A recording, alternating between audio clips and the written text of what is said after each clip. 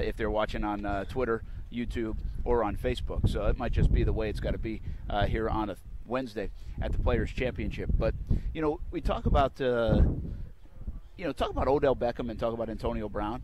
Now, I tried to get Antonio Brown here for a month. And you were campaigning him pretty hard, yes. Yet y'all love Odell Beckham Jr. Yeah. I mean, I get the age difference, but let's just talk about production. Antonio Brown's better production-wise. I mean, is it just strictly age and the upside of Odell Beckham Jr.? Well, is it the difference in playmaking ability? Okay, Ben. The one-handed catches? Yes, I'm a sucker for one-handed catches. No, Brent, well, let's be honest here. Playing in that Steelers offense, do you think Big Ben might have something to do with it? Do you think Smith-Schuster might have something to do with it? Do you think a powerful running game had something to do with it? Now, don't get me wrong. They had Barkley this year. Beckham Jr. was kind of hurt throughout the season. He wasn't 100%. So, I think just from the age standpoint, yes, I like Beckham Jr. a lot more. I think from a talent standpoint of a better receiver, I think they're about even, honestly. I think Antonio Brown had the luxury of playing in a great offense where, and no offense to Eli Manning, he's gone a couple of Super Bowls himself, but I feel like Eli Manning is definitely on the decline as we've seen the past couple seasons. Which he is. Yeah, so I think from a talent standpoint, from a receiver who's better, I would almost say it's even, if not, Odell might have Antonio a little bit, in my opinion. That's just my opinion, though. Well, and what does it say about these guys? Two things. One, that you get Antonio Browns, you get the Julio Jones, you get the A.J. Greens, you get the Odell Beckham Jr.'s. Name your star wide receiver. Calvin Johnson's. DeAndre Hopkins. They can't win. What does it say when you have that good of a player, and really some of the faces of the NFL outside of the quarterback position, yet they can't win? I mean, have you seen the last 10 Super Bowls? The number one wide receivers for the teams? Now, of course, 3 of them are Edelman. But I mean, they're just not names. The biggest name on there was probably Golden Tate. And so it's fascinating. I mean, those are the facts. Like, listen, I'd love the guy. I'd love a player like that. I just tried to get Antonio Brown here. Mm-hmm. But there's something amiss when those kind of players, and some of those players have had good teams. Now, Julio Jones came really close. They were 28-3. So that might be a bit of an outlier there in terms of that factoid. But it is astonishing that this day and age we're talking about passing.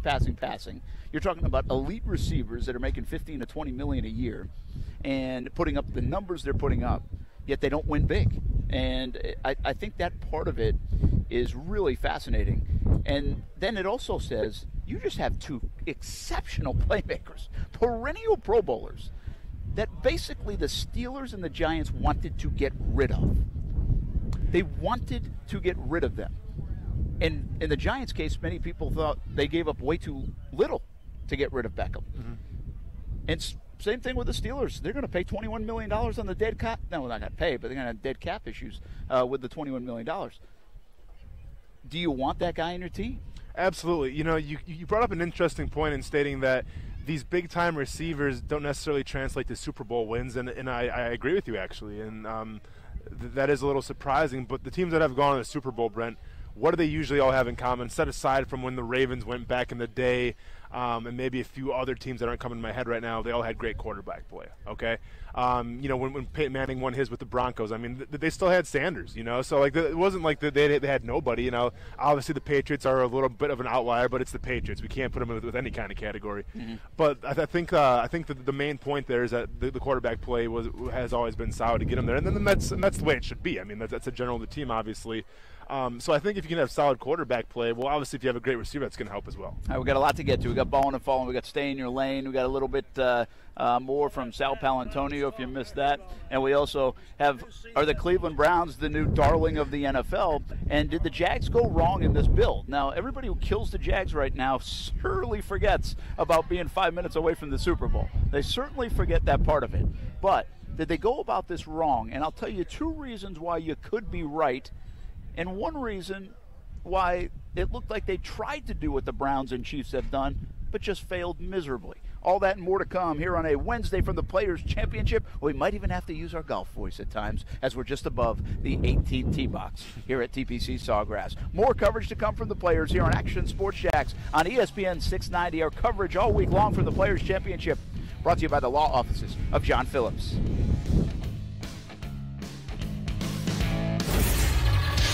ESPN 690 Sports Center Update I'm Aaron, and in what has become the most telegraphed free agent signing of the offseason, the New York Jets have taken Lev Bell off the market. The question, though, for Bell has to now be, was the holdout worth it? $13.25 million per year, so it puts him only behind Todd Gurley in terms of that contract, but as far as recouping what he's lost, I don't know if he was ever going to get that back to the extent that he wanted to. The league year officially starts today, so all these signings you've been hearing about over the past few days are now becoming official. The Bell signing's only been overshadowed by the Odell Beckham Jr. trade to the Browns last night. It immediately makes Cleveland a playoff contender, if not much more. Still some big names out there making waves today. The Ravens Inc. star safety Earl Thomas and Brickhouse running back Mark Ingram. Tyrod Taylor headed to San Diego. Teddy Bridgewater going to stay in New Orleans to back up Drew Brees. And the Jags bringing back offensive lineman A.J. Cann on a 3-year deal worth $15 million. It's a whole lot of lubies right there. You can track every free agent signing as they happen at ESPN690.com. Hi, this is Earl Ron, president of New South Window. New South is Florida's factory direct window company. We cut out the middleman and his markups because we manufacture, install, and guarantee your windows for life. Our new manufacturing facility has tomorrow's technology today to make sure your windows are built for Florida's extreme weather. Don't even think about buying windows from anyone else till you see what our factory can do for you. From our factory to your home. Now that's Factory Direct. Buy more, save more. Volume discount up to 30%. Visit newsouthwindow.com. Growing up, gambling was all around me. It seemed harmless. In my case, my gambling addiction started out as recreation. Recognize the play before the addiction starts. Educate your children about gambling addiction. Call the 24-hour confidential problem gambling helpline at 888-ADMIT-IT. That's 888-ADMIT-IT. Your hope for a new tomorrow. All services are free to Florida residents, including treatment. This message is sponsored by the Florida Council on Compulsive Gambling, the Florida Association of Broadcasters, and this radio station. 180 over 111, and I had a stroke. I couldn't speak or walk. 150 over 90, and I had a stroke. This is what high blood pressure sounds like. You might not feel its symptoms, but the results from a stroke are far from silent. Get back on your treatment plan or talk with your doctor to create a plan that works for you. Go to loweryourhbp.org. Head to toe, everything's changed. Brought to you by the American Stroke Association, American Medical Association, and the Ad Council. The next generation of Galaxy has arrived at T-Mobile. The Samsung Galaxy S10e is here and loaded with features that'll make you popular wherever you go, like wireless power share. You can turn your phone into a wireless charger to power up other devices. No cables required. And right now at T-Mobile, the Samsung Galaxy S10e is included with unlimited for just $40 a line for 4 new lines. That's a savings of over $1,500 when you buy 4 phones. So you can get unlimited somewhere else. Or for $40 a line for 4 new lines at T-Mobile, you can get unlimited with a Samsung Galaxy S10e included. Call 1-800-T-Mobile or visit a store today. $30 for essentials plus $10 for Galaxy S10e with autopay via 36 monthly bill credits for well-qualified buyers. Customers may notice lower speeds and further reduction if using more than 50 gigs per month. Video at 480p plus taxes and fees. Qualifying credit, finance agreement, and service required. Contact us before canceling service or remaining balance due. Galaxy S10e 0 down plus 2084 for 36 months. $749.99 before credits. 0% APR. Whether you're buying a new or a pre-owned vehicle, your experience should never be anything less than exceptional. Hey everybody, it's Brent Martineau of Action Sports Jacks. And if you're considering a new or pre-owned vehicle, I encourage you to go see my friends at the new Jenkins Hyundai of Jacksonville. I'm so impressed with how they treat their customers. They're good people. No one wants to be haggled or pressured at a car dealership. And my friends at Jenkins Hyundai of Jacksonville understand that. And they emphasize a no-risk, no-pressure approach. Their team will get you into the right car at the right price. And if for any reason you are not completely satisfied with your new or pre-owned vehicle, you can bring it back to Jenkins Hyundai of Jacksonville within the first 7 days for your money back. Take it from me. We drive a Hyundai in our family, and I encourage you to visit JenkinsHyundaiofJacksonville.com to schedule a test drive. And you, too, will be impressed at how they treat the customer. Exceptional service at Jenkins Hyundai of Jacksonville. When you get to Jenkins Hyundai of Jacksonville showroom, make sure you tell them Brent Martineau sent you. From the NBA to the NFL, we've got you covered. The worldwide leader in sports. Listen live everywhere you go on ESPN690.com. This is ESPN 690. You watch Action Sports Jacks on CBS 47 and Fox 30. Now Action Sports Jacks is on your radio. Broadcasting live from the ESPN 690 Anajar and Levine studios. Here's your host, Brent Martineau. I got on Twitter. Let's get some girls in the shot. Them old dudes got to go. Old, sir. I'm 31 years old. Well, I was thinking about that. We were turned this way. Oh, the guys behind us. Yeah, there were guys were behind us. The camera was over there. I just flip-flopped the camera because we had turned our backs because the wind is a little bit, well, I wouldn't say better, but at least we can block it this way a little bit more. It's going down the 18th. By the way, I could drive it a mile today on the 18th because of the wind. But I was almost going to say, because we're turned our backs, we're just looking at these two 70-year-old guys' butts the whole time.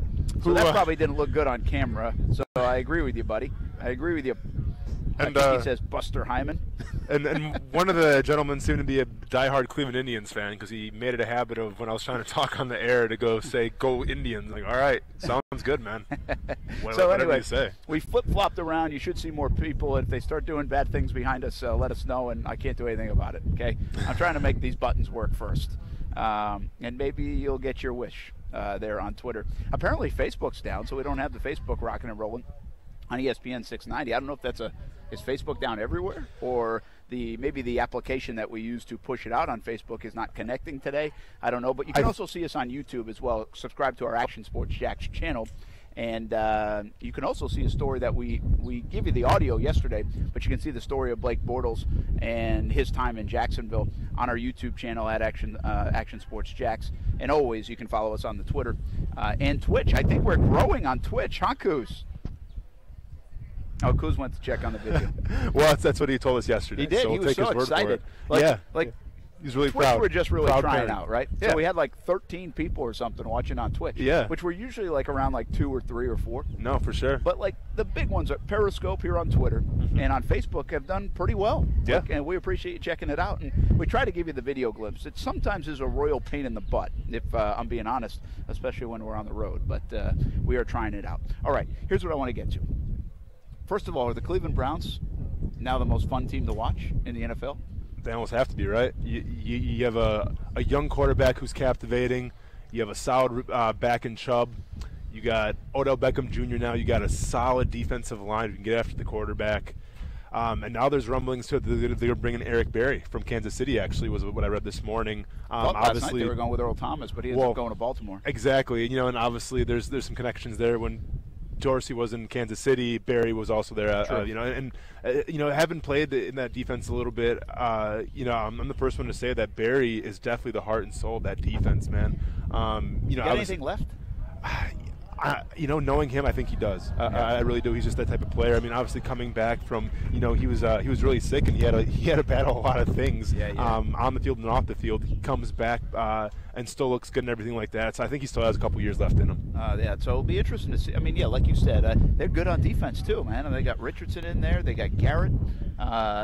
They've got they signed Olivier Vernon, which, I mean, Saquon about him maybe can have a resurgence. He kind of struggled a little bit in New York, obviously. I will say that's a good point to remind people. The Olivier Vernon is a better name and pocketbook than production. Exactly. At least to this point. We thought he was going to be a stud. I actually think that's one of the breaks the Jags got. I brought it up a couple weeks ago where they were going after Vernon. It probably was a break they didn't get him because think about they end up with a guy like Yannick Ngakoue, and it looks like he's going to be their future pass rusher for a long, long time to come. But this defense also has Denzel Ward, who's a fantastic player, at least in that rookie season. So they are fun. Listen, they are fun. And before we get into how this impacts the Jags or what did the Jags not do, and I really want to talk about that, you've got to tip your cap to John Dorsey. John Dorsey right now, if I was an owner, I'd be like, come find me a quarterback. You can stay on at Cleveland, but can you just pick a quarterback for me? Sure. And build an offense? I'll give you like 6 months. Yeah.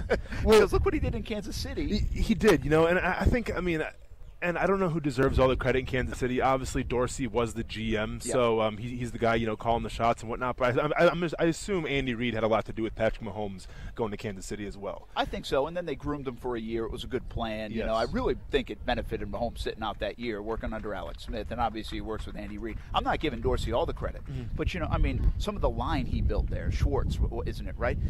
He brought he drafted Travis Kelce, who's on maybe the top tight end in the NFL right now. I mean, he's built this offense, Tyreek Hill, Kareem Hunt, and now you look what he's done in just an offseason.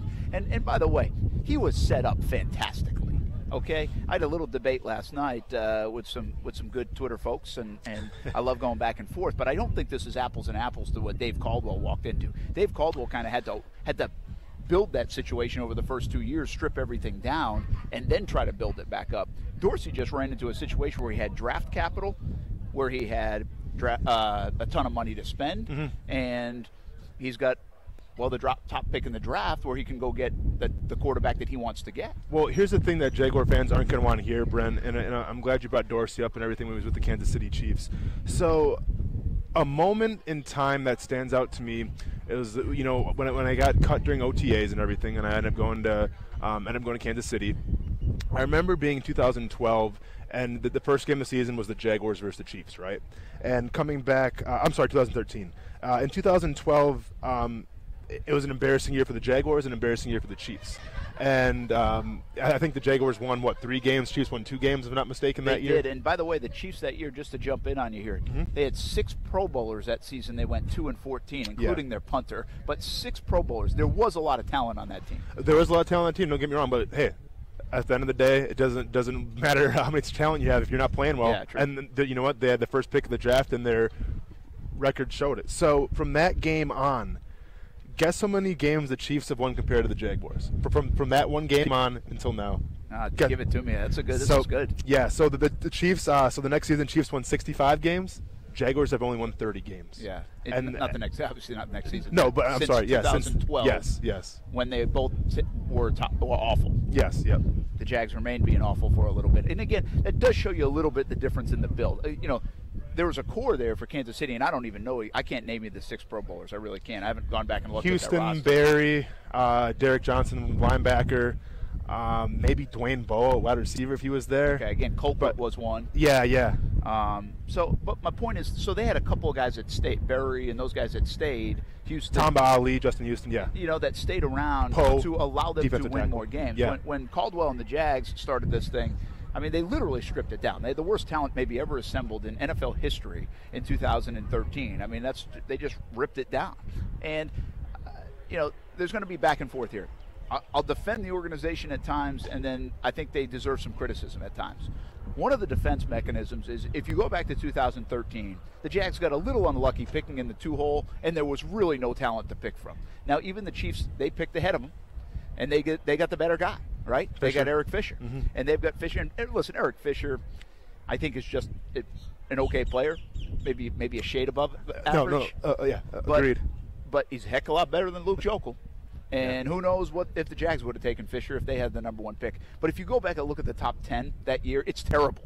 I mean, the top 10 was terrible. It was a bad draft, top-heavy wise. So they didn't run into a quarterback that they could take at number 2 or something like that. So you get a little unlucky in that situation where, well, then you got to go to the well in 2014. Well, fortunate for you, you're picking 3rd overall now. Well, and something to keep in mind, too, I mean, Lane Johnson was there, and the Eagles got him with the 4th pick from Oklahoma. He's had a pretty solid career playing for the Eagles, obviously. Ziggy Ansah, he was the 5th pick out of BYU. The Lions got him. Decent. I mean, I wouldn't call him a world beater, but there was some guys, but I think, obviously in that draft, Luke Joeckel was by far supposed to be the 2nd best tackle, and just didn't pan out for the Jaguars. Well, just think about it this way, okay? Think about, again, don't worry, we'll hammer the organization in a moment. But I'm just thinking about, you've got to put yourself back there. And there's one problem I have. We're going to share some thoughts on social media because I'm asking you about it. And I know it's easy right now to say, yeah, they did a terrible job. They drafted Blake Bortles, and a lot of talk about Fournette. And, well, listen, you do have to remember, part of this rebuild, although it took long, I think it took a year longer than many anticipated, in the building, that is. Outside the building, many probably anticipated being a lot quicker. But part of the rebuild was ending up in the AFC Championship game. That's what you do. You build these things to end up going to the Super Bowl and winning it all. And you're in the Final Four. It's hard for me to just categorically deny what they didn't work. I think going to the AFC Championship game for the 3rd time in franchise history, now it'll be their 25th season, was an accomplishment. I don't think you can lose sight of the fact that whatever they did in that stretch, they got to that game and put themselves in position to go to a Super Bowl, and many people believe a bad call or two from going to the Super Bowl. And I mean, that's the goal. No, Brent, and And I agree with that part, but at the same time, I mean, we're talking about a team in 2015 was 5-11, 2016 3-13, 2017, you know, they had that miracle run, went to the AFC Championship game, and then this past season 5-11. Yeah. So, yeah, there are some shining moments, and there are some moments that Jaguar fans can hold dear, but when you put it all together, you know, even since 2013 or 2012 when the Jags played the Chiefs, I mean, there's been a lot of suffering. There's been a lot of losing, and I think people are fed up with it. And like you said, they went to the AFC Championship game, and that's the goal. That's the goal to set up to go to the Super Bowl, and I get that. But that's only one season. Yeah. And when you add it all to the other seasons the past decade, it hasn't been good. Yeah, well, and you said it. You said they've had some shining moments, but a shining moment in Jaguars history has been like 8-8. That was more than a shining moment. That was a playoff run, and again, moments from the Super Bowl. I still think we can dismiss it, is my point. Again, and this goes back to me, my feeling on Fournette is everybody wants it. I just talked to somebody about it today in the media center. You can rip the Fournette signing long term. I get it. You had Mahomes, you had Watson. But I am telling you, if you want to argue with me that the Jaguars could have picked any other player at number 4 and made it to the AFC Championship game that year, I will not agree with you. They couldn't have. They needed a mentality change, a toughness change. They had just brought in Marone and Coughlin. He fit perfectly for that. He had a good season, 1,300 yards, all these touchdowns. I mean, he was a key player in them getting to the AFC Championship game because he gave them a threat on offense. He gave them a threat that people had to think about. And that changed the dynamic of that football team. So, again, I just don't want to lose sight of that. And I always say, hey, I'm fine if you don't want Fournette and you think it's a bad pick and you should have gone Watson, you should have gone Mahomes. And long term, you're absolutely right. If you want it for the next 10 or 12 years, you should have tried Watson, you should have tried Mahomes. Absolutely. But if you're willing, and we're living the moment, so I get you're willing to do it now. But you have to be willing to give up that 2017 season that was so much fun and that got you to 5 minutes away from the Super Bowl if you're going to rip the Fournette pick. I just believe that. I do not think they go anywhere with Fournette not involved in that offense that year. I agree with that completely, but you brought it up yourself. You said these shining moments of an 8-8 season. Well, the Cleveland Browns went 7-8-1 last season. Okay, that was a shining moment for them, actually. That's what I'm saying. but listen, they went 0-16 the year before that. So obviously, like this past season, Browns fans were excited, and now Jaguar fans are seeing the Browns. They bring in Odell Beckham Jr. They bring in all these high-priced free agents. You know, all these game changers and whatnot. And Jaguar fans are looking at it like, well, look what the Browns are doing. I mean, Brent, say what you want, but the Browns have to be one of the favorites to go to the Super Bowl, in my opinion. And I'll tell you what, they're more favored to do it right now than the Jaguars are, from what I see on the roster. Well, that's absolutely the case. Yeah. So I think from a Jaguars fan's perspective, you know, that's why I think there is some frustration with the GM. There is some frustration with the staff, just because you see what other teams are doing. You see what the Browns are doing now, and there's a lot of positivity coming in Cleveland right now. There's a lot of optimism. Can you say the same about the Jaguars? I get it. We got Nick Foles. We got a quarterback. All right, great, fantastic. Well, but what else? What else do the Jaguars have? Well, here's the deal, though, Austin. I can tell you this, and Jags fans, you listening, you're watching, and you agree with me on this. I know you will. In March, the last 3-4 years, this franchise has felt like a winner. We have won the offseason, man. And you can go back a decade, and this franchise has won the offseason. And just because you win the offseason, and somebody brought up a good point, when's the last team to win the offseason and really go to a Super Bowl? I kind of brought up the Rams. I thought last year they did. Yeah. Now, they were saying win the Super Bowl. And I think somebody said Denver in 2015. I would probably agree with you. I don't know exactly what they got that one offseason, but they won with free agency. They did. They built around what they already had, and they won with free agency. So that was a good call. All right, my last defense of the organization. So 2013 draft is bad. Leonard Fournette is not as bad as you all people think, because he helps get you to 2017 AFC Championship game, in my opinion. So I disagree with anybody who says that. Again, in the short term, that year, not long term. And my last one is this. If you could have had this quarterback, okay, would you have had him? Would you want him? Johnny Manziel. I mean, coming out of college or right now. What I know? No, I wouldn't want Johnny Manziel. Derek Carr. No. I mean, coming out of college, no. No, I'm saying right now. Right now. Well, I want Derek Carr. No, I wouldn't want Derek Carr right now. Teddy Bridgewater. No, I wouldn't want Teddy Bridgewater. A.J. McCarron. No. Zach Mettenberger. No. David Fales. No. Jimmy Garoppolo. Yeah, I'd probably want Jimmy right now. Okay, so fair enough. Jimmy Garoppolo gets picked in the second round. And you know who's been the best quarterback probably out of that group? Maybe outside of statistically Derek Carr. Was Dak Prescott in that class or no? No. Oh. Blake Bortles. Oh. That was the class of quarterbacks. So I want to take you back and say in 2013, when the Jags could change the look of their franchise with a top 2 pick, they get Luke Jokel. Because, one, it's a terrible draft. They could have taken anybody in the top 10, and you all probably wouldn't be happy with it. Nobody would. It was an awful top 10 draft. Maybe Fisher, but again, he had been picked number 1 by Kansas City, so you couldn't do anything. In 2014, now you go get your quarterback, because sooner or later you got to get one in the top 5, right? I mean, you got to draft your quarterback. Well, we can debate whether Blake Bortles was the right pick, whether Derek Carr was better, Jimmy Garoppolo, whether he was better. I get it. That's fair. We can have that debate. But out of those other guys, that's what the quarterback class you had to pick from, is my point. Like, you didn't have last year's quarterback to pick from. You didn't have potentially next year's quarterback class to pick from. You were going to fail on the quarterback front, most likely, with almost whoever you picked.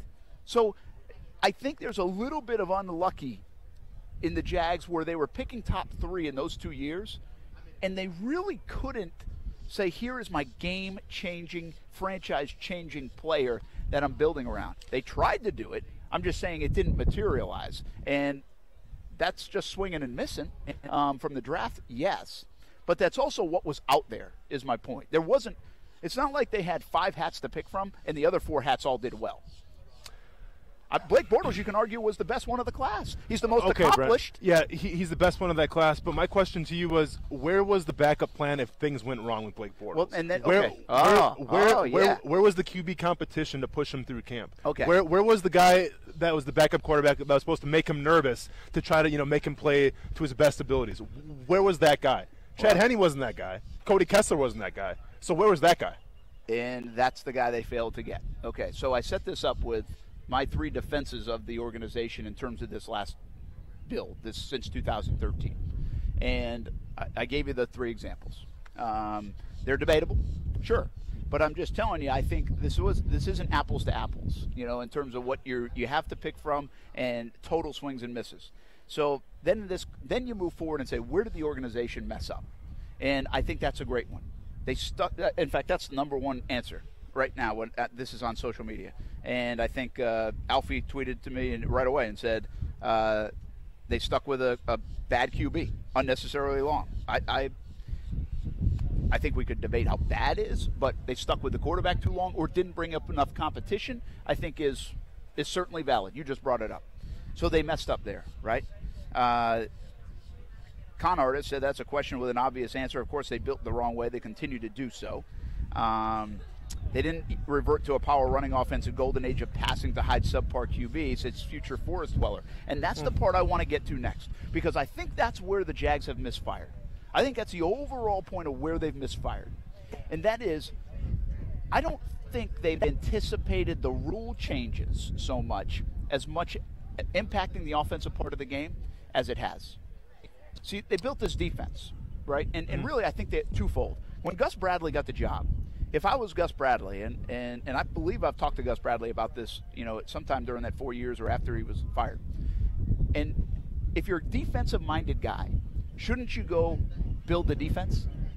Shouldn't you go build the defense? That's your MO. Well, what the Jags did is they tried to build the offense around the QB, Bortles, Allen Robinson, Marquise Lee, Brandon Linder, Luke Jokel, right? T.J. Yeldon. Keep going. Whatever. I'm not going to put Alan Hearns in there because he was an undrafted free agent, so I didn't necessarily build it that way. Yeah, lucky with it. So they built the offense and then got the defense. Well, what happened is they get this defense that's really, really good. Well, now all of a sudden the offensive rules start changing and we see this spike in offense. Now, it was trending offensively anyway, but last year, because of some of the rule changes, it really went up. It elevated. And I don't think they anticipated some of that. So while you're stuck building this great defense, well, defenses can only be so good in the NFL now anyway because of, I think, the passing and what the offense is allowed to do. The illegal picks, to me, are the biggest helper to an offense than anything else in football. College football, pro football, they don't call them. And I think it's impossible to defend. And so the rules favor the offense, but they always have in the last 10 years. It's been trending that way, but I think it's done even more so in the last couple of years, and I don't think the Jags anticipated that enough. So I think you're right. They didn't give enough to the quarterback spot in terms of competition and a what if Blake doesn't work out. But I think they also put too much emphasis on defense. If they had flipped it around and built the defense first and then added to the offense, they would have caught this wave that's all offense. You know what I mean? Yeah. Now, that's if they didn't swing and miss, and they could have re-signed people and all that because, well, that Allen Robinson, Marquise Lee, they're either hurt or no longer here. TJ Yeldon, no longer here. Julius Thomas, who they brought in. Oh, and that was another one. You're right. Julius Thomas, that was a big whiff in free agency. So that's what I want to stay on a little bit. How could they have built this differently and it would have worked? And is it such an abject failure that they can't correct themselves here in the next couple of months with the rest of free agency and the draft? And also moving forward, is Nick Foles the problem solver? It plays right into it next on ESPN 690. Action Sports Jacks on ESPN 690 gets you close to the action. Hey everybody, this is Brent Martineau, and it's Action Sports Jacks on the road on ESPN 690, live from the NFL Combine in Indianapolis. With the Rams cheerleaders here in Atlanta, you guys gonna go to the aquarium or anything? Live from the Super Bowl in Atlanta. With John Franklin Myers, the former Stephen F. Austin Lumberjack, going from 0-40 man to the Super Bowl, man. Proud of you. Live from Daytona International Speedway at the Daytona 500. This is ESPN 690. Why do local women watch Action News Jacks? Because the unexpected can mess up their day. They like to know about the rain, the recalls, and school changes because their families are depending on them. They need more than just crime stories. They want to be in the know with real investigations that truly impact them, not something they can just Google. Is that selfish? We don't think so. Their time is valuable. In fact, more women are now watching Action News Jacks than any other station.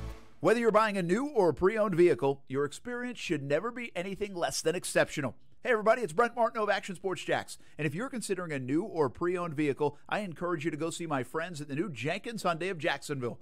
I'm so impressed with how they treat their customers. They're good people. No one wants to be haggled or pressured at a car dealership. And my friends at Jenkins Hyundai of Jacksonville understand that.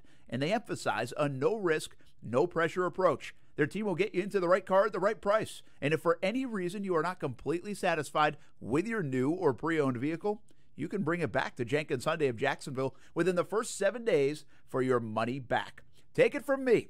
We drive a Hyundai in our family, and I encourage you to visit JenkinsHyundaiofJacksonville.com to schedule a test drive. And you, too, will be impressed at how they treat the customer.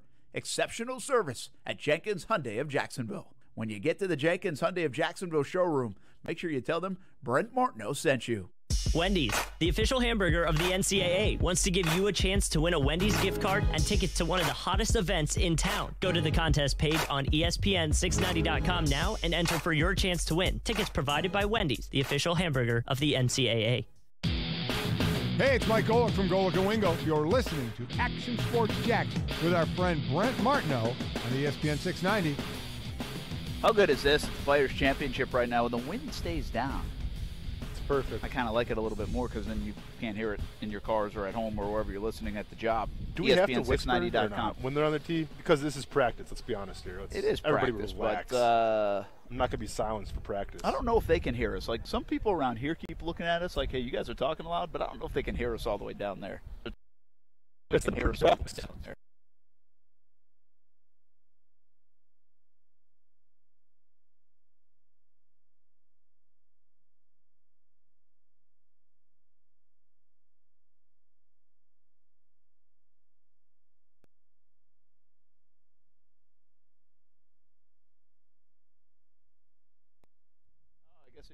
Real quick, but we're back on, Coos, you said? Yeah, you're back on. All right, we're back on. I'm telling you, Coos. Wow, how about that wind? Hey, there's a little gust. So we were just saying about the gust of wind, and it's beautiful when it lays down a little bit. And we have to talk in our golf voice from now time to time because on the 18th tee. Nah, it's practice. We're good. As the guy's holding his hands up for me. No. Yeah, nice drive. I'm not going to be quiet for practice, sir. I can't even tell who that is. I'm trying to figure it out. But, you know, what's interesting is a lot of guys are wearing shorts because you can wear the shorts in the practice round. That's a new rule this year on the PGA Tour. It looks so different. These guys here have pants on, but a lot of guys wearing shorts. I mean, that's fine. It's good. I think it's a good thing. Especially if you're Phil Mickelson, dude. You see his calves? Yeah. It's got calves like mine. Is that all natural, you think? Yes, I do. Honestly, I don't know. How do you unnaturally get your calves. Calf implants have been a thing for like the past decade, man. You can put an implant in your calf. Yeah, but bodybuilders does do it. that. Bodybuilders? Why?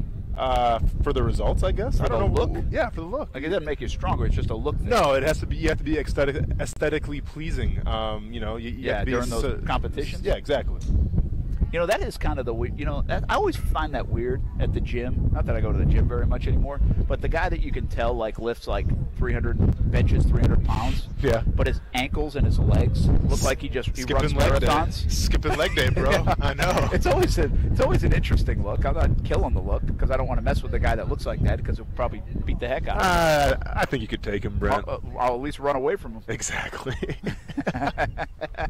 All right, welcome back, TPC Sawgrass. Be patient with the wind if you don't mind. We've tried to turn so you don't get as much of it, but occasionally we'll get a big gust.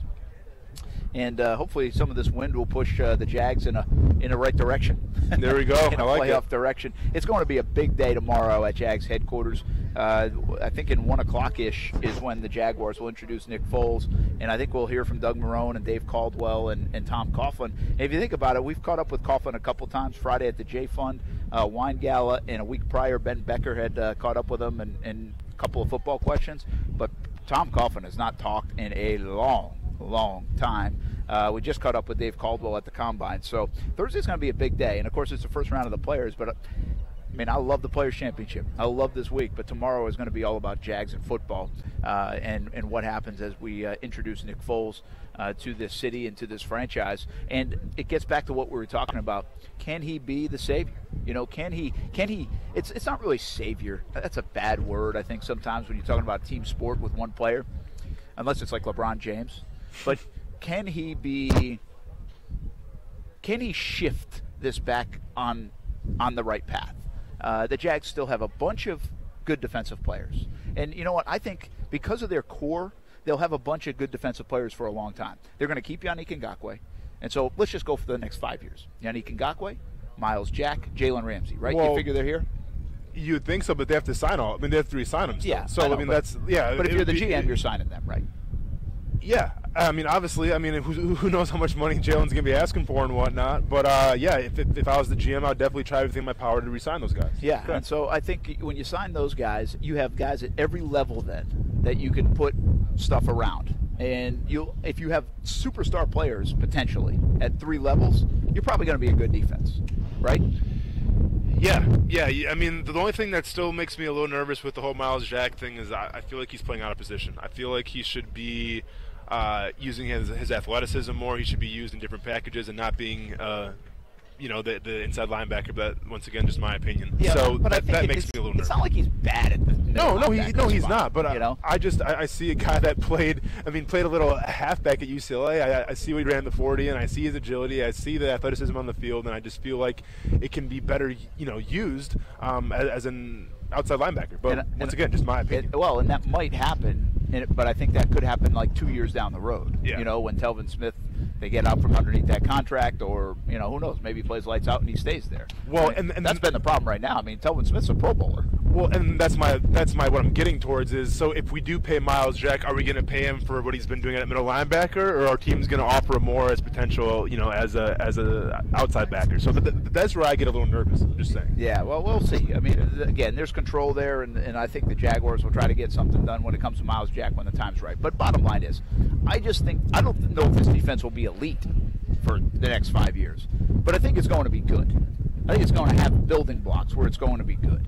And I think it's something you can rely on. I think, you think back to like the Ravens defenses for all those years, and even the Steelers for a bit, when they had these players like James Harrison and Palomalu, or Ray Lewis and Ed Reed, sometimes they were elite defenses as a team, and sometimes they were just really good defenses. And I think that's what the Jags are going to fluctuate between. I think they've got a chance when they got all the pieces. If Calais Campbell continues to have a big year, if Taven Bryan takes a step, if Marcel Darius still gets his work done, they still have A.J. Bowie. They've got all these guys, so I think they're going to be good. No, they're going to be great. The only question mark I have right now is the safety spot. Obviously their safeties are set, but they're going to need some guys to kind of, and I don't want to say step up their play, because everyone's got to step up, obviously. But if there was a question mark, really, of uncertainty going into this up and coming season, I'd probably put it at the safety spot. Yeah, and so so then that goes to the offense. Yes. And on the offense, for now, I don't know about the next 5 years. I don't know if Cam Robinson and Andrew Norwell and Brendan Linder are going to be there for 5 years. They just re-signed A.J. Cann. That comes very people are like, oh my gosh, I can't believe we wanted A.J. Cann gone. I actually like the move. He's been durable. It's 3 years, $15 million. It's not like you're spending a ton, and it gives you at least a backup plan at the very least going into the draft. I mean, you have 2 wide open spots in a guard and tackle, and again, I have no idea how to grade these right guards. Some people say he gave up the 3rd most sacks, I think I saw, of anybody in the league. I mean, he was playing with 15 other offensive linemen throughout the year. How much was that on them? I got to believe Doug Marrone knows offensive linemen, all right? I'm going to trust that Doug Marrone knows offensive linemen. I think that's fair enough. I'm not saying A.J. Cann's going to the Pro Bowl, but Doug Marrone wants to win. If A.J. Cann was that bad, do you think they would have just handed him $15 million? I mean, no, I agree with that. But and who else are you getting? Well, I was just going to say, does it also say that the market right now for free agency when it comes to especially a right guard might be kind of lacking a little bit as well? Well, and it might be. And that's the thing. Like, who can you get and what kind of star or what's the upgrade going to be, right? So anyway, whatever the offensive line. Now you have Nick Foles for the next, say, 3-4 years, and we'll see if that inches closer to a 5. You have D.D. Westbrook. I don't know how long Fournette will be here. I think he actually will play out this contract and probably not be around much longer than that. So really in terms of the build now and getting it back on track, they have to hope for 2 things, in my opinion. They have to hope they were right on Foles. They have to hope Foles is about to play the best, most consistent football of his career, even though he really hasn't even played a 16-game season. It's almost like I feel like they almost drafted a guy that just has a ton of experience, but because the guy's never played a season. 4-year starter in college. I mean, but he's got the NFL experience. Yeah. But he's hit 6 games and 8 games and 10 games and 8 games, and so now we find out if he can be the leader of a team, if he can be the CEO of that locker room, if he can be the guy. And what I always say, sure, the Jags would love if he's elite, but we're not banking on Nick Foles being elite around here. Yeah. I think they want him to be above average. Can you be a top 12 quarterback in the NFL? He's paid like a top 12 quarterback. Yep. Can you live up to that and be a top 12 quarterback? And so, again, that's a giant if right now.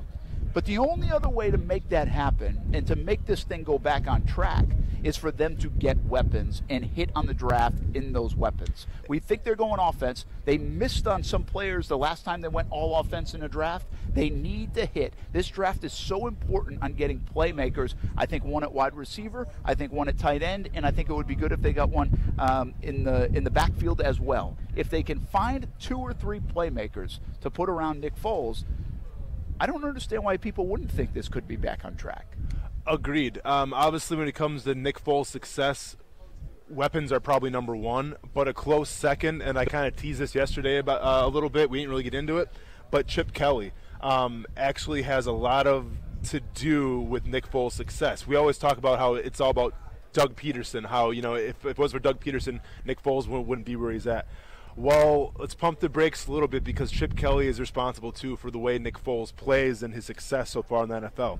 If you go back to 2013, when, Nick Foles had his Pro Bowl career, 27 touchdowns, 2 interceptions. You got to remember, in that year, that was Chip Kelly's first season as the Eagles head coach. And originally it was supposed to be, the Mike Vick show. Chip Kelly's bringing this, this high-powered offense from Oregon. He was going to have Mike Vick be the centerpiece of it. Well, what happens? Mike Vick goes out, gets hurt.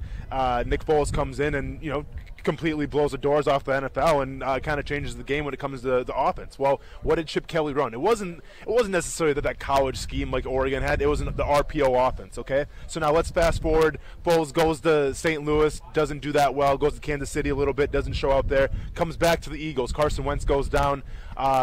They need a quarterback to take him to the Super Bowl. Who enters? Nick Foles. And what did Doug Peterson do? He switched up that Eagles offense, whereas Carson Wentz ran more of a pro style. Nick Foles, they implemented what Chip Kelly did and ran that RPO offense. The Eagles didn't run a lot of RPO offense with Carson Wentz in the beginning. The only reason they ran the RPO offense was when Nick Foles got in there. So that's what I'm getting back to my point. We heard about Sal Paolantonio talk about it yesterday a little bit, where the Jaguars got to change the offense, to fit Nick Foles' schemes. And hey, what is Nick Foles good at? He's a good decision maker, and he's got some pretty decent accuracy.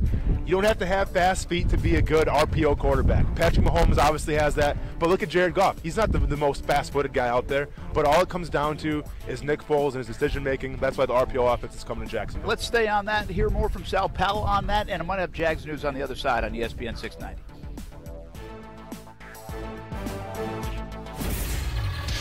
ESPN 690 Sports Center Update.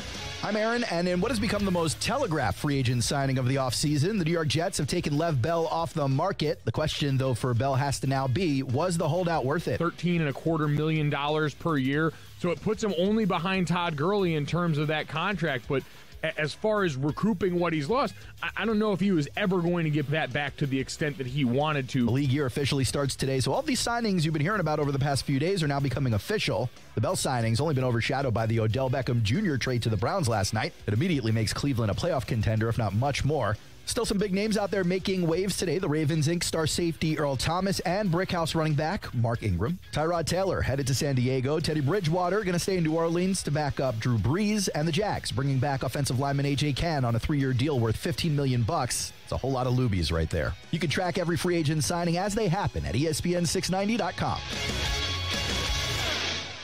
Hey everybody, this is Brent Martineau, and if you're looking for something to do for dinner tonight, I've got an idea. Family owned in Jacksonville for more than 40 years, fresh ingredients every day. That's what Renna's Pizza was built on, and that's what Renna's Pizza delivers. A menu to satisfy the entire family tonight. Fantastic pizza, fresh salad, and Italian favorites like lasagna. There's a Renna's Pizza near you. Marsh Landing, Bay Meadows, Argyle Forest, San Jose, and the newest location in Neptune Beach. Be a part of the family and get dinner tonight at Renna's Pizza.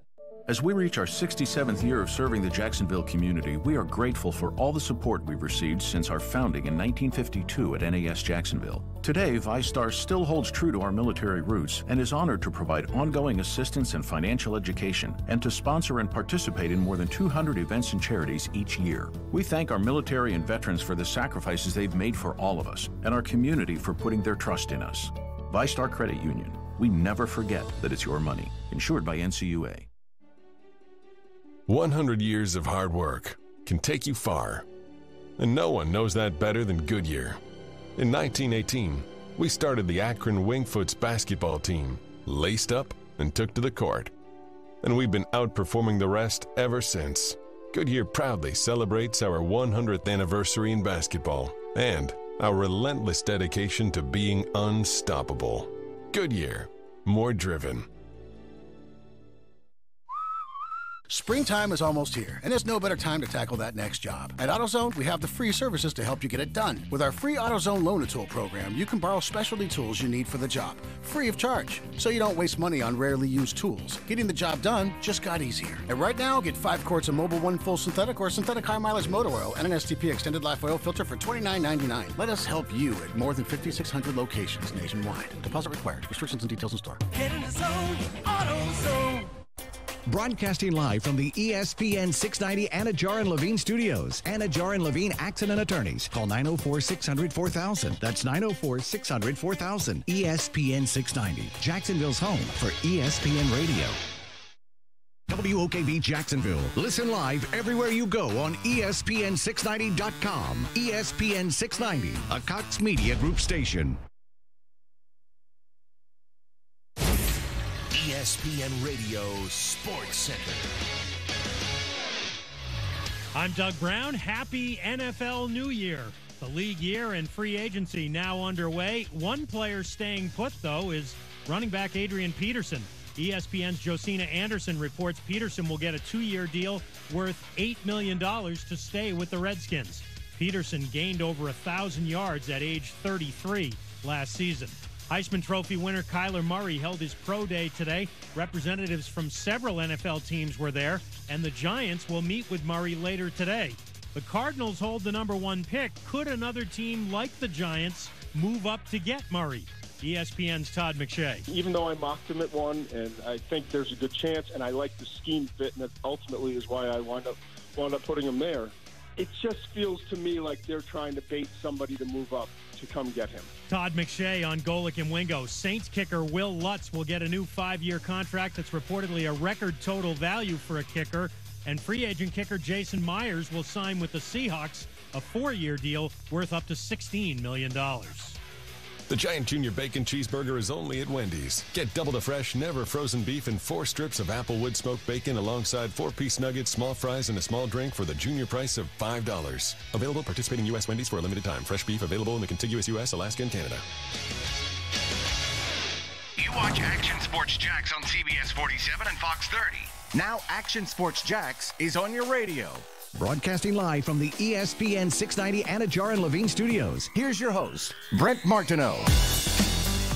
In my view, and I know there'll be people that will disagree with this, I think Nick Foles goes down as the greatest player in Eagles history. Nobody else won the Super Bowl MVP. You could argue Chuck Bednarik, but that's the list. And Chuck Bednarik played in the early 60s. Hey, that's Sal Paolantonio from yesterday. He joined us, ESPN Sal Paolantonio, talking about Nick Foles coming to Jacksonville, and it looks like it's official. Yes, it is. The Jaguars can finally announce it as Super Bowl 52 MVP Nick Foles, wearing number 9, is a Jacksonville Jaguar. The Jaguars just tweeted it out, have just announced it finally. Kind of stinks for the Jags sometimes because it's all out there for 3 days and then they have to wait for 3 days to announce it themselves. But Jaguars tweet out an image with 76.9 completion percentage, 88.5 QB rating, and 11,000 yards in his career. Agreed to terms. So Nick Foles. That was interesting. They had him wearing number 7 there. 76.9 win percentage, over the last couple of years. And the Jags make it official. They have added Nick Foles as the franchise quarterback, and what they have not released yet is still Blake Bortles, unless that's coming out too. We're just trying to keep an eye on it right now. We'll see what the Jags do in terms of releasing that information when they do it. I can tell you this, Dave Caldwell and Blake Bortles had a conversation last week. So, he's wearing number 7? Oh, okay. So they had 9. They had 9. They tweeted out pictures of 9, but now 7, huh? Look, it says it has 9 right there. Watch the whole thing. Oh, okay. I don't know what the hell number he's wearing. Look at a different tweet. They've got him in number 9, I think. But anyway, so it looks like maybe he is number 7. Get your jerseys now, okay? We'll figure out the Nick Foles jersey as we go along. Let's just hope he goes to the playoffs 7 times. How about that? But as for the Bortles stuff, they met with Bortles last week, had a conversation, told him he was going to be released, and so it's just a matter of time. Now, there might have been that conversation, said we might try to trade you. That has not manifested itself as of now. I heard today that Blake Bortles is on his way to California for his off-season workouts, and that's where he's doing. So he's not even hanging around in the area. I don't think we'll hear from Blake Bortles anytime soon, but we do expect that news to come out officially that Blake Bortles has been released, and that will happen next. Meanwhile, it's all about Nick Foles. It's done. Anticlimactic, but it's done. Agreed to terms. And again, we've learned that the team will introduce Nick Foles tomorrow. I think it was originally going to be in the morning, and now it's looks like a 1 o'clock. They will introduce Nick Foles to the Jacksonville area and all the Jaguars fans. So it's done. I mean, listen, this is a huge move. I mean, think about this franchise. We're going 25 seasons. This is big. This is a big deal. They just signed, I think Sal Pal said it with us yesterday, he is a Super Bowl winning quarterback, a Super Bowl MVP going to your franchise. I mean, I don't take that part lightly. Now, you can have mixed reviews on Foles, but the guy won a Super Bowl MVP out-dueling Tom Brady. Put that in the resume. And now he's your franchise quarterback for the next few seasons, 4 seasons, 5 seasons, who knows how long it is. And they will roll with Nick Foles. I think it's an exciting day in Jacksonville. Now we just have to keep our fingers crossed that this regime got it right.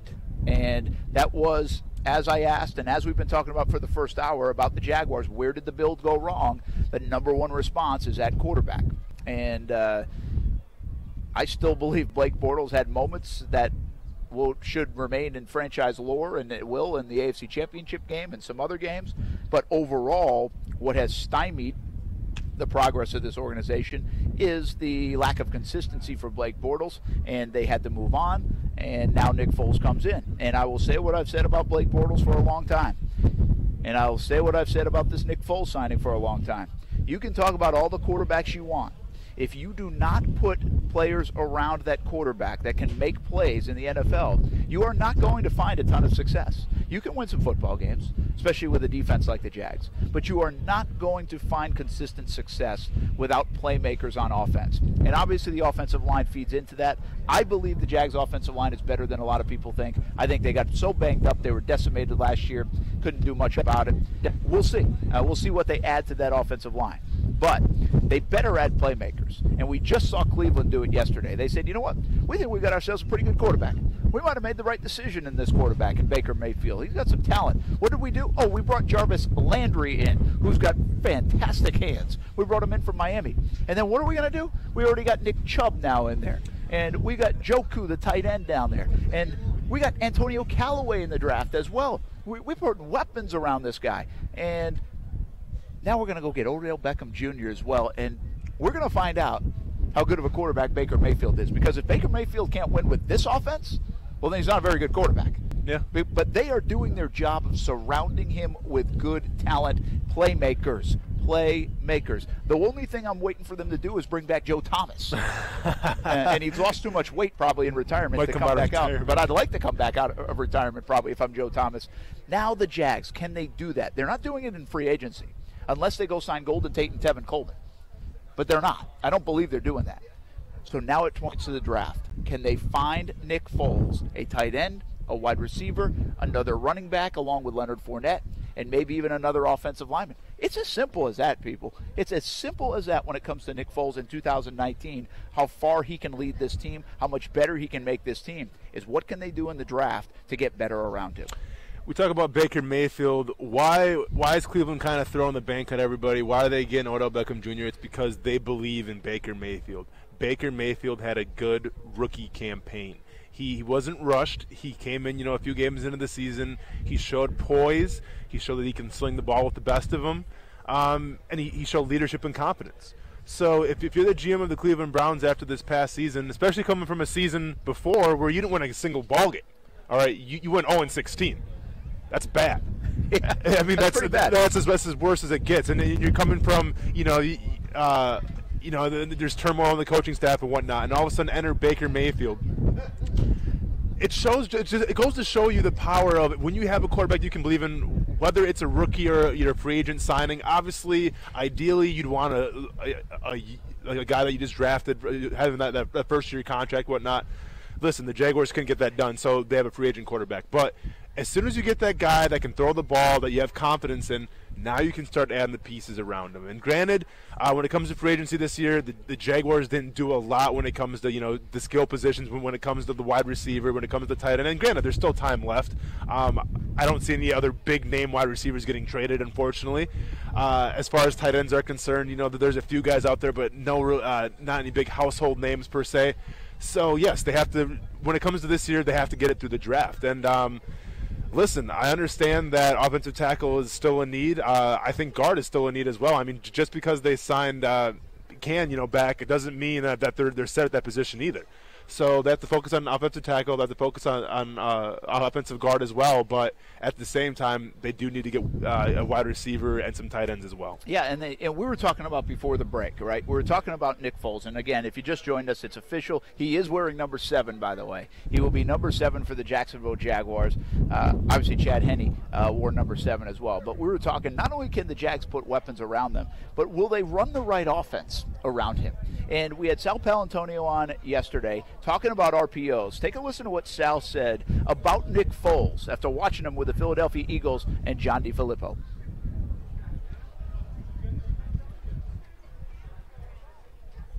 In my view, and I know there'll be people that will disagree with this, I think Nick Foles goes down as the greatest player in Eagles history. Nobody else won the Super Bowl MVP. You could argue Chuck Bednarik, but that's the list. And Chuck McNarick played in the early 60s. Well, if you study what the Eagles did in the championship season, it was an amalgam of both those things because you had LeGarrette Blount on the team. So you could run a power running game. Now, you're not going to run a power I. You could have a power run game. You could have 2 tight end sets, and you can run the ball when you need to, Tom Coughlin style or Doug Marrone style for sure. And that's been the number one question, I think, when this whole Foles conversation has taken place over the last couple of months. I want to get your thoughts, Austin, on it. They have Leonard Fournette. Nick Foles likes to sometimes play out of the shotgun. How are they going to balance this playbook to fit Leonard Fournette's needs and also Nick Foles' needs? And when I say needs, I mean strengths. Yeah, I mean, it's a solid point. So when we're talking about where the offense is going to go, I honestly see it being a lot like what the Rams do. You know, where Goff can be under center, and basically it's that RPO where either he hand it to Todd Gurley or else, you have the option to pass. Now, I'm not calling Leonard, a Todd Gurley per se yet. Yeah, but he's the Jags Todd Gurley. But he is the Jags Todd Gurley. So I think. But listen, what else do the Rams have? They have those receivers, which obviously I'm not going to compare the Jags receivers to the Rams receivers just yet. But I think from that perspective, and it's like Sal said too. I mean, back in the day they did have Blount. Who's a lot like Leonard Fournette, where he's more of a power running back. So they can switch it up there, but. Also, I think they need that slasher back. Back when Nick Foles had success with Chip Kelly, who did they have at running back? Shady McCoy. Yeah. They've also had Sproles and whatnot. So I feel like we do need that change of pace back a little bit. Not saying Leonard Fournette can't catch the balls out of the backfield, but it does help to have a change of pace every once in a while, too. Yeah, I want to talk more about the playbook of the Jacksonville Jaguars, and we're going to get into it tomorrow because we'll hear from the coaching staff and we'll hear from Tom Coughlin and Nick Foles about it. But, again, these RPOs, this is different now. It's going to be a different offense, I think, for the Jacksonville Jaguars. How different will it look? Some of the thoughts of John DeFilippo from what we've heard about him, and also Sal Paolantonio talking about him, and how this offense will look with Nick Foles compared to what it didn't look like the last couple of years and really the last decade. Again, it is worth mentioning the Jags had a top 10 offense in 2017.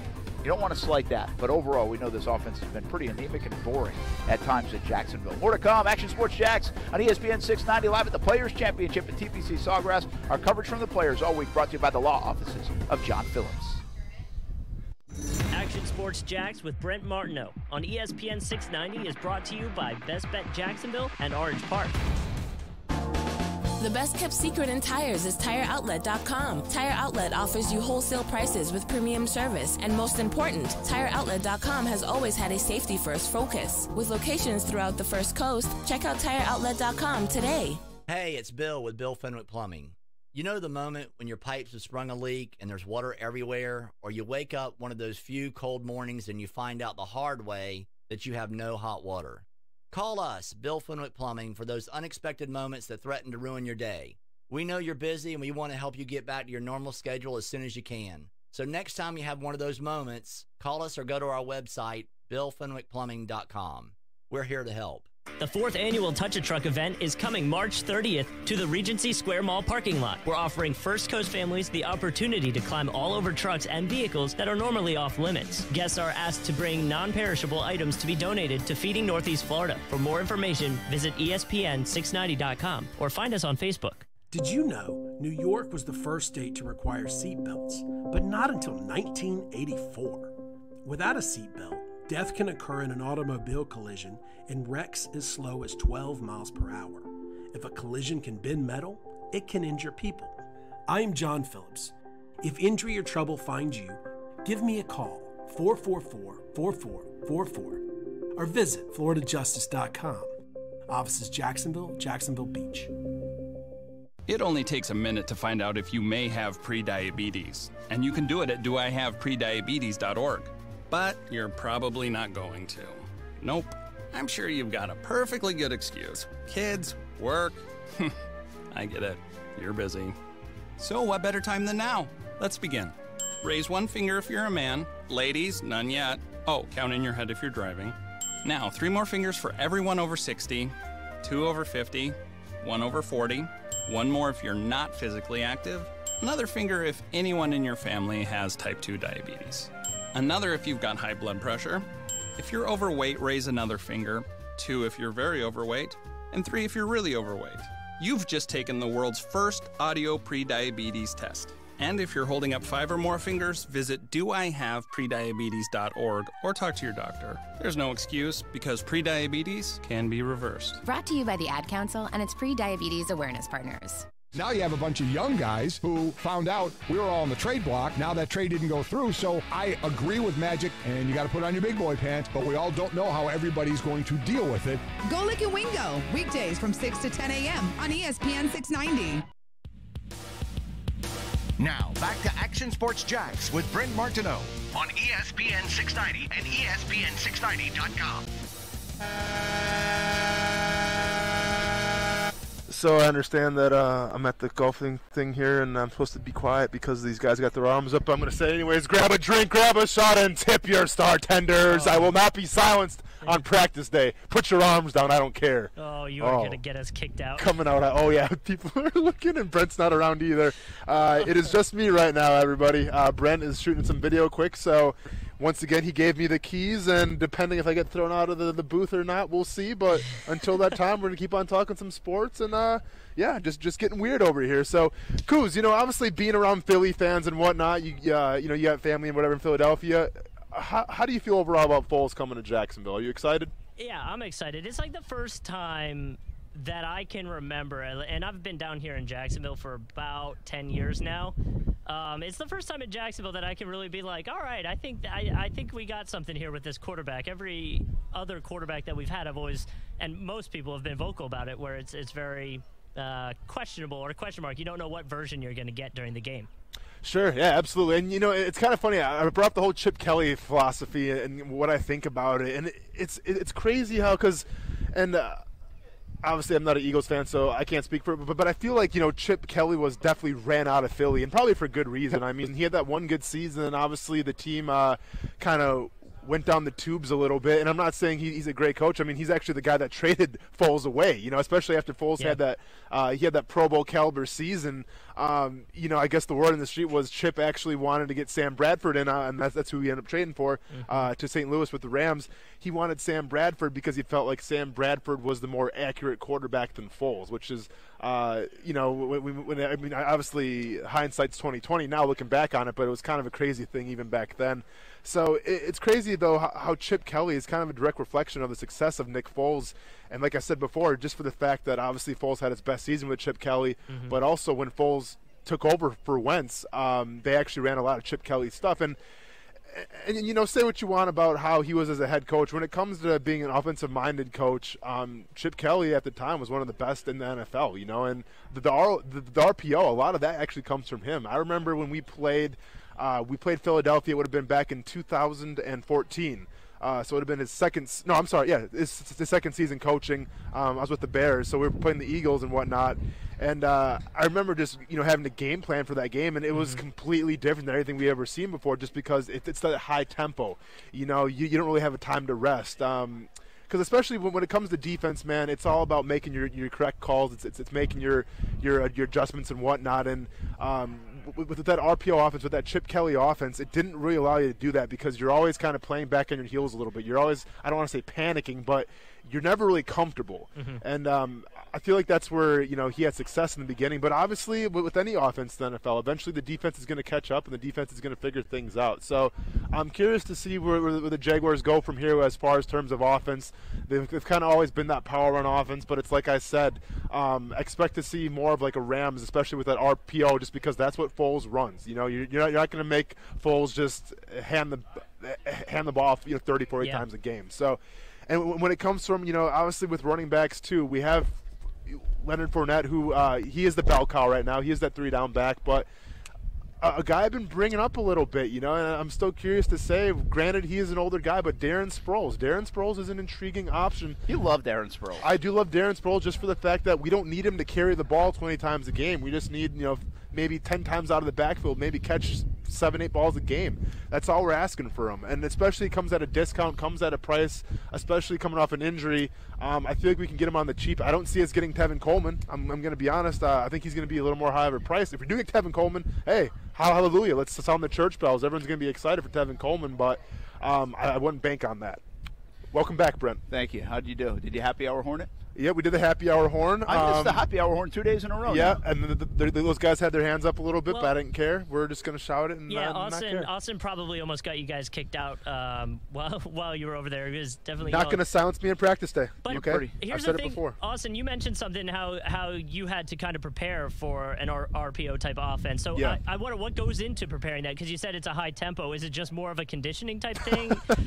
Yeah, so basically, when you're locker room getting ready to come out for that game, you probably could get an extra IV inserted into your arm just because you know you're going to be gassed. Yeah, when we're preparing for that Chip Kelly, that RPO offense, I mean, we knew going into it, and granted, this is only preseason, keep in mind, but that was the thing with Chip Kelly and his offenses, is that he mirrored what he ran in the preseason to what he did in the regular season. As most teams in the preseason, they kind of run just some plain vanilla offenses, things like that. Chip Kelly actually kind of threw the book at you. So we knew it was going to be, when it comes to in terms of prepping for it, we knew it was going to be fast-paced. We knew we had to be in shape. And another thing, too, on defense that people don't think about either is the fact that, so if they're running that RPO offense, that no-huddle offense, well, you don't get time to substitute, especially on the defensive line where, honestly, if you're playing on the defensive line, the most plays you want to play in a series at a time is maybe like around 6 or 7, maybe 8, and then you want to get guys in and out. You undo the rotation. Well, when they start doing that high-powered RPO offense, sometimes you can't do that, and all of a sudden you're in the 12-play, 13-play drives, and that's where the defensive line really gets gashed. That's where they start getting tired and everything, and they can start pounding the rock a little more on offense just because those guys are so tired. Well, I had to go do some TV a little bit, too, as this is, of course, a big story on everywhere. So we'll have some stories on the TV side, CBS 47 and Fox 30 coming up, starting at 5 o'clock and 6 o'clock, and then all night long. We have actually specials tonight from the Players' Championship, which will also mix in some football, 11:15 p.m. on CBS 47 and Fox 30 on the TV side. So from that standpoint, I missed a couple of things. You're obviously talking RPO. Yeah. Right, and how they could change this offense. And John DeFilippo, and it really comes down to DeFilippo and how much influence and run and reign they're going to give him with that playbook. Doug Marrone and Tom Coughlin, really Doug Marrone. I mean, Doug Marrone has to say, hey, it's yours, or let's blend a little bit of this together, which is what he insinuated might happen when we were at the Combine talking to Doug Marrone. Yeah, you basically did it. What I was touching on today a little bit, too, I brought up the point again where Chip Kelly is just as much as responsible for Nick Foles' success as Doug Peterson is, I feel like. And I was talking to Kuz, like, listen, Chip Kelly, as far as a head coach standpoint, he kind of got ran out of Philly, basically. I mean, I think the fans are happy to see him go. And Chip Kelly was a guy that traded Foles away for Sam Bradford, which in retrospect probably wasn't the best decision. But also, Foles did have his best success when he's doing that RPO, and that's thanks to Chip Kelly. So from that perspective, I think Kelly's had a lot of influence when it comes to Foles. So when we're talking that RPO, I'm just trying to go through things that they need to do. Obviously, I think I wouldn't mind getting another back in, whether it's in the draft or it's in free agency. Obviously, the receivers are going to be big as well. And I think, with that RPO offense too, Brent, so we spent this whole, kind of this offseason talking about how we want that one receiver. We want that big body guy we can throw to the end zone and go up and get it. And I think any team would want that. But if you look at the RPO teams, and granted, I think the Rams are one of those teams where they don't need that big body because they have Brandon Cooks, who's the burner. Robert Woods isn't necessarily the biggest guy. He's a possession receiver, but it's not like he's like the 6'4", 6'5" giant. Yeah. The Chiefs look at Sammy Watkins is kind of a bigger bodied kind of guy, but he's not their go-to receiver either. So maybe a guy to keep an eye on now that I'm thinking about it here. Maybe an Andy Isabella, maybe like a third round if he falls goes that far. I mean, you got a guy that can win the slot, who has game-changing speed actually, who can take the top off as well. The guy ran a 4.3. He can run all over the field. So I think if you switch that offense and you go a little more RPO, it opens things up to who you can get in the draft. I think this it goes back to John DeFilippo now, right? The reason Nick Foles is in Jacksonville is because of John DeFilippo, I think. Do you think he's in Jacksonville without John DeFilippo? Well, I think he actually is because there's no other options for him to go, honestly. I mean, we ended up breaking it down. I didn't see him going to the Dolphins just for the fact that brand new offensive coordinator. I mean, it depends who the offensive coordinator here obviously was, too, if John didn't come. But I think eventually Foles would have been here regardless, honestly. All right. Yeah. But so the dot obviously connection he had a happened key. there, right? Yeah. And he knows what to say, and so that means he knows what to put around him, hopefully. Mm-hmm. And he obviously has a good eye for quarterbacks, too. Because, again, if you missed our interview with Sal Paolantonio, Kuz, hopefully you have this one queued up, where Sal was talking about John DeFilippo and his eye for the QB that in a weird way, a couple years later, turns into a reunion between him and Nick Foles in Jacksonville. Well, John has a photographic memory. It was John DeFilippo who really worked out Carson Wentz at his pro day at North Dakota State and convinced the Eagles to draft Carson Wentz. And it was John DeFilippo who really resuscitated Nick Foles' career and season during the Super Bowl championship year. Well, that's interesting right there, Austin. You know why? Because I was listening back to this interview yesterday. And again, you got to go find it. I thought Sal was really good. And you could say, listen, Sal loves Philly, Sal loves Nick Foles. I get it. I still thought he had some good insight, even if you take away the pom-poms for Nick Foles. That's fine. And listen, Sal Paolantonio's been around a while. He knows the Philly organization. I think he knows the ins and outs of that organization. And I actually came away thinking more about what he was saying about DeFilippo. He really loves that guy. High praise. And I thought my whole connection with Foles and Philly was a little less on DeFilippo and more on Doug Peterson. And this isn't to take away from Peterson. It very well could be. Mm-hmm. But Sal Paolantonio kind of hinted that DeFilippo was the guy that resurrected the career, right? That marriage between him and Foles really took off. Mm-hmm. And then he also showed me that he's got an eye for a quarterback because he went and convinced the Eagles to go get Carson Wentz. And I think Wentz is a nice player. I think he's a good player. Can he stay healthy? That's a different story. But I think he's a really good player.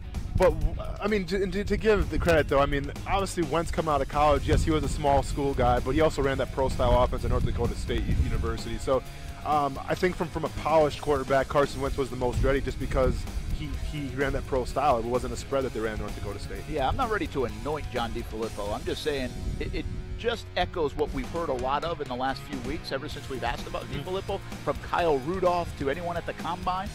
They really like this guy. Yeah. And the word fun, and the opening up the playbook, and throwing it down the field, and RPOs. I'm telling you, folks, I don't know if it's going to work, but it's going to be a fun offense in Jacksonville, I think, on Sundays.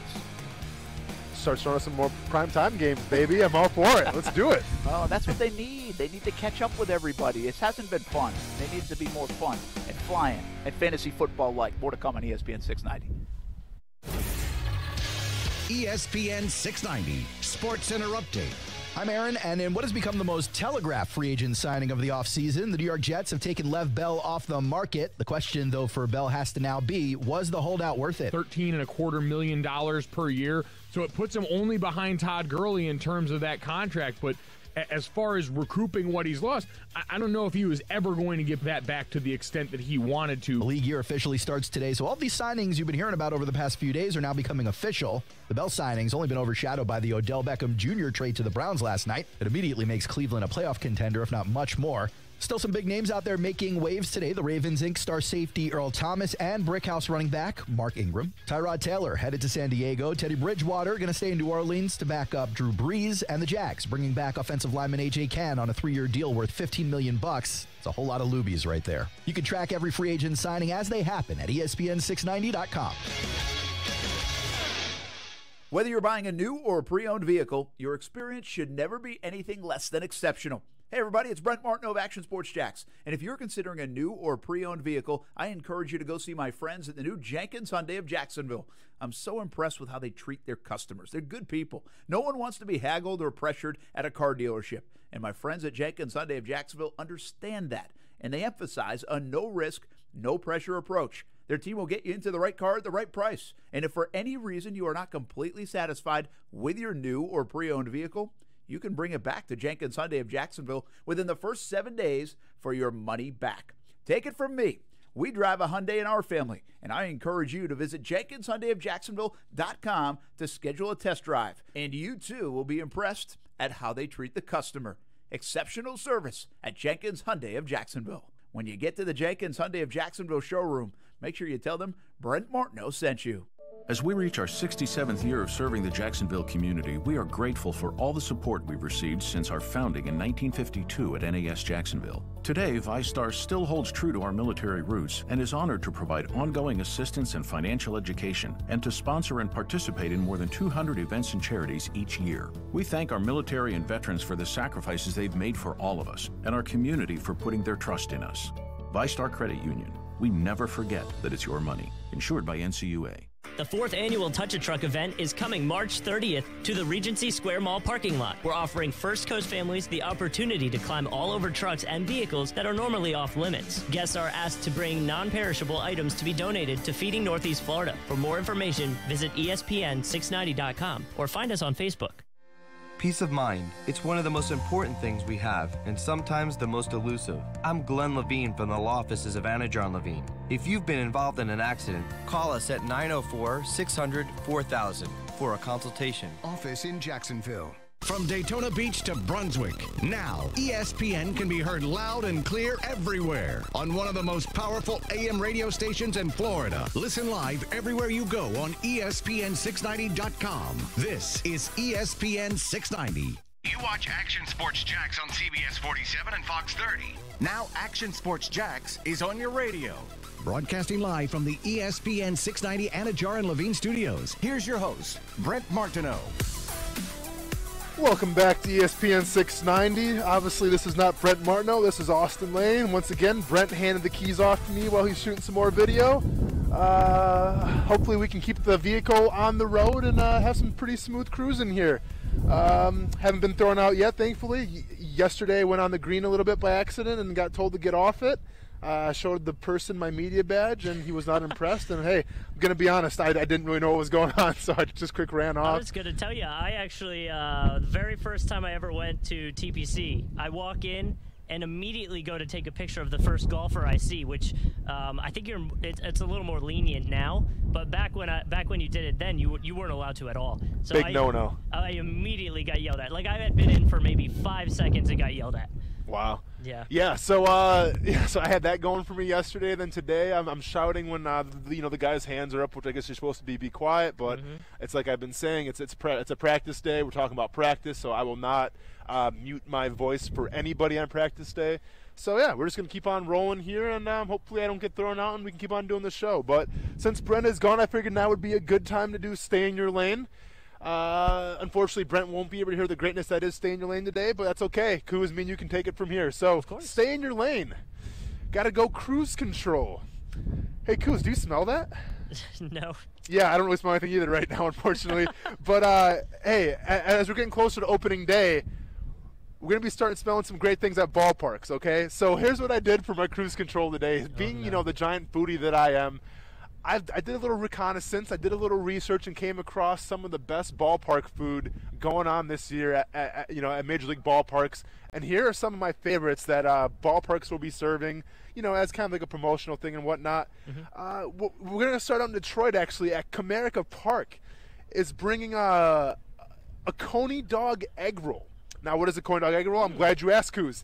It's a chili dog with cheese in it, and then it's inside an egg roll, which is drizzled in mustard. So think of a giant egg roll, and inside of it, go ahead. I'd 100% get that. That right? sounds amazing. Hey, Kuz, we're just getting started too, by the way. Like, just trust me, it gets better from here. So that was a little appetizer to wet your whistle a little bit.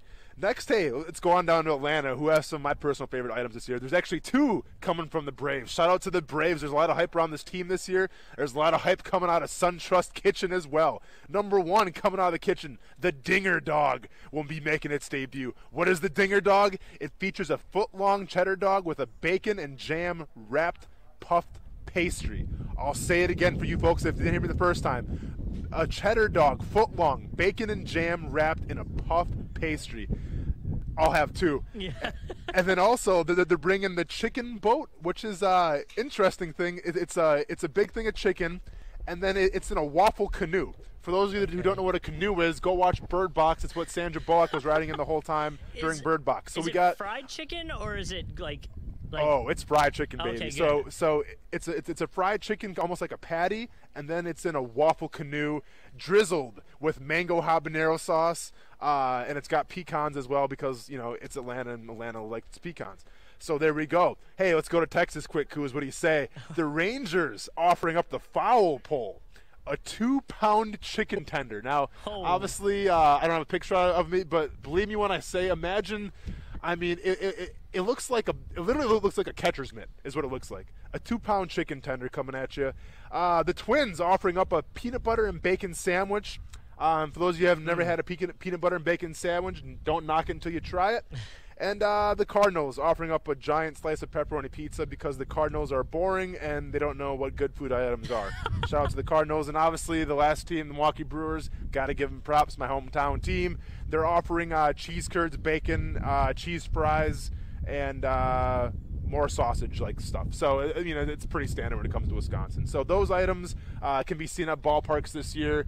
Kuz, I say you have to go to, I think we should go, at least check out one Braves game this year because with that chicken boat and then we also got the puff pastry, I'm in it to win it. It would be like it would be some sort of sin for me to go there being a Phillies fan unless they're playing the Phillies. Like it probably wouldn't be okay for me to go to Atlanta to see a game, even for the food.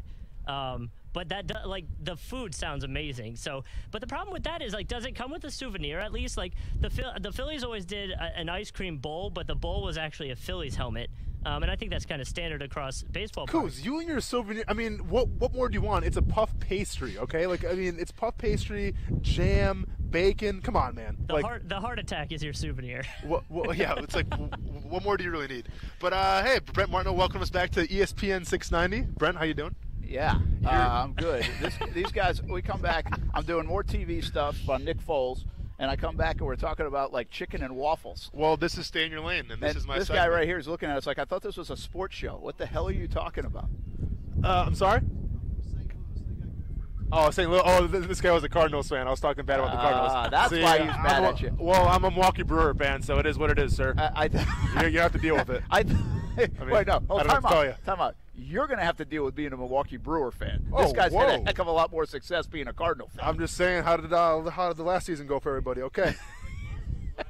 What have you done me? What have you done for me lately? Brent's going to get in a fight. Brent's going to get me in a fight here. I actually thought that he was looking over at us like, what are you talking about? Isn't this a sports show? Yeah, sometimes. Can I finish? So should we just cancel Stay in Your Lane? That was just cruise control? That was cruise control. You went 5 minutes. You went 5 minutes on chicken and waffles? Yeah, I did. Is that okay? All right. Okay. Well, wait till you pump your brakes. Well, I wouldn't have rushed through that take on TV that I was trying. I could have stayed a little longer. All right. Well, here comes your pump your brakes, Brent. Go and put that seatbelt on because if the whole food conversation ticked you off, you're going to be even more upset with this one. In an upset in the round of 32 at the Indian Wells Masters, Dennis Shea Poilevaux, a 19-year-old tennis player from Canada, at least I think that's his name. Honestly, I really don't care because I'm upset with him right now. But he basically won his round of 32 in a huge upset. Sounds like a basic story, right? Well, just wait, it gets better. Brent, when it comes to tennis, I'm kind of indifferent, man. I mean, I'll throw on a major tourney here or there. But I'm more into, Serena Williams. I think I'm more into the female aspect of tennis than I am men's tennis, to be honest with you. But I think a lot of people might be. Okay, well, I feel like men's tennis is kind of lacking a villain. It's lacking someone to root against. Well, when it comes to Dennis, and I'm just going to call him Dennis, when it comes to Dennis right now, I'm definitely going to be cheering against him, and I'll be watching a lot more men's tennis. Why am I cheering against Dennis? Because, Kuz, go ahead and play this clip right now, and I'll tell you why. I'm here in Cali with the fans getting hella lit. Happy with the win today. Now I got a flow to spit. Loving the support, I leave it all on the court. Fighting like a wolf. I'll be back for more, so take care and good night. Know this the good life. Hot tubs and court time. Thursday, we back, alright? Okay, Mr. Canada Drake, sir, whoever you want to call yourself, you rhymed court with aight, and you also rhymed support with court. What's up, bro? Do they not have syllables in Canada? Whose idea was this to have him win the tournament or win the match and then have him rap on the microphone after he won? Like, was his PR person just like, hey, you know what you should do? Do you know like all those SoundCloud rappers out there that are really horrible? well, you should be worse than those SoundCloud rappers. Go ahead and rap after you win and watch the likes and watch the popularity just pile up. What a horrible call. What an embarrassing moment for tennis. I'm cheering against this kid. I don't care if he's only 19 years old. You don't rap after you win. Bren, I mean, obviously when it comes to rap music, there's no person better to ask your opinion about it. But what are your thoughts about some of the beats that he dropped there, or some of the rhymes? I think he should stick to tennis, and I'm not even sure he's that good at that. Okay, there's a bunch of St. Louis Cardinal fans surrounding me right now. They've all come up to get you now. There's a bunch of St. Louis Cardinal fans ready to throw down. Just think, in about another month, all these people have Nick Foles number 7 jerseys on. There we go. There we go. Easy as that. See, you got a fist pump. Excited about it? Cool. Oh, we see a Jaguar shirt over here. All right, I see you. It's costing $88 million, $50 million guaranteed. Sorry, your ticket prices just went up. I shouldn't say that. I don't. Well, they did go up like 2-point-something% anyway. But anyway, the big deal, obviously. Nice job on staying in your lane. I Thanks, think. Man. You think? Yeah, that's all right. The St. Louis fans. St. Louis fan still has no idea what's going on here. He's like, stay in your lane. What is this? What kind of show really is this? All right, sir. Hey, all I'm going to say is you may be a Cardinals fan, I'm a Brewers fan, but we all hate the Cubs, correct? Yeah. Amen to that. At least we can agree on something. We can agree on that. But so Nick Foles, if you're just catching up with us, just to catch you up, 4 o'clock, Jags made it official. He's agreed to terms. They've got the jersey ready, number 7. He'll be introduced tomorrow. Blake Bortles has not been released, will not be released until tomorrow when the physical goes through and the contract is signed. So they obviously have to wait. That would look really bad from the organization if something crazy happens with the physical for Nick Foles and then they had released their quarterback and now they have no quarterback. So this is all kind of a process that we know is happening. Just to let you know, Nick Foles is on his way to Jacksonville tonight. He will once again have the physical in the morning, be ushered over to the stadium, introduced, the whole song and dance. I'll be live on TV early in the morning, like at 7 a.m. to get us going on the Nick Foles front. But tomorrow's going to be a huge day in Jacksonville for Nick Foles. I mean, again, it's a much criticized move. People think he's overpaid. Some wanted Dwayne Haskins, but it's Nick Foles time. And if they got this right, this will be one of the most momentous moments in Jacksonville Jaguars history if they got it right. Here's the real question. Are we going to broadcast from TPC or are we broadcasting from the stadium tomorrow? Still working on that, man. Well, I'm just trying to get to a commercial break right now. I'm just saying if we broadcast from the stadium tomorrow, I'm pretty sure my key code still works so we can get through the gate. Hey, you and Blake Bortles. Exactly, Your key code still works. No, I have no idea. His for not. Another day. Yeah. Ballin' and Fallin' next on ESPN 690. This is Golick and Wingo. NFL insider Adam Schefter is with us. The Jacksonville Jaguars. Tom Coughlin comes out with this statement. Where do you think this is headed? They're going to be exploring other avenues, with them being one of the most, if not the most disappointing team in football, starting at the quarterback position. They'll start there, and they'll branch out, and I would expect that they'll obviously discuss the idea of moving on from Leonard Fournette, as they will with other disappointing players there this offseason. Golick and Wingo, weekday mornings at 6 Eastern on ESPN Radio and ESPN2. The best kept secret in tires is TireOutlet.com. Tire Outlet offers you wholesale prices with premium service. And most important, TireOutlet.com has always had a safety-first focus. With locations throughout the First Coast, check out TireOutlet.com today. The 4th annual Touch a Truck event is coming March 30th to the Regency Square Mall parking lot. We're offering First Coast families the opportunity to climb all over trucks and vehicles that are normally off limits. Guests are asked to bring non-perishable items to be donated to Feeding Northeast Florida. For more information, visit ESPN690.com or find us on Facebook. Hi, this is Earl Ron, president of New South Window.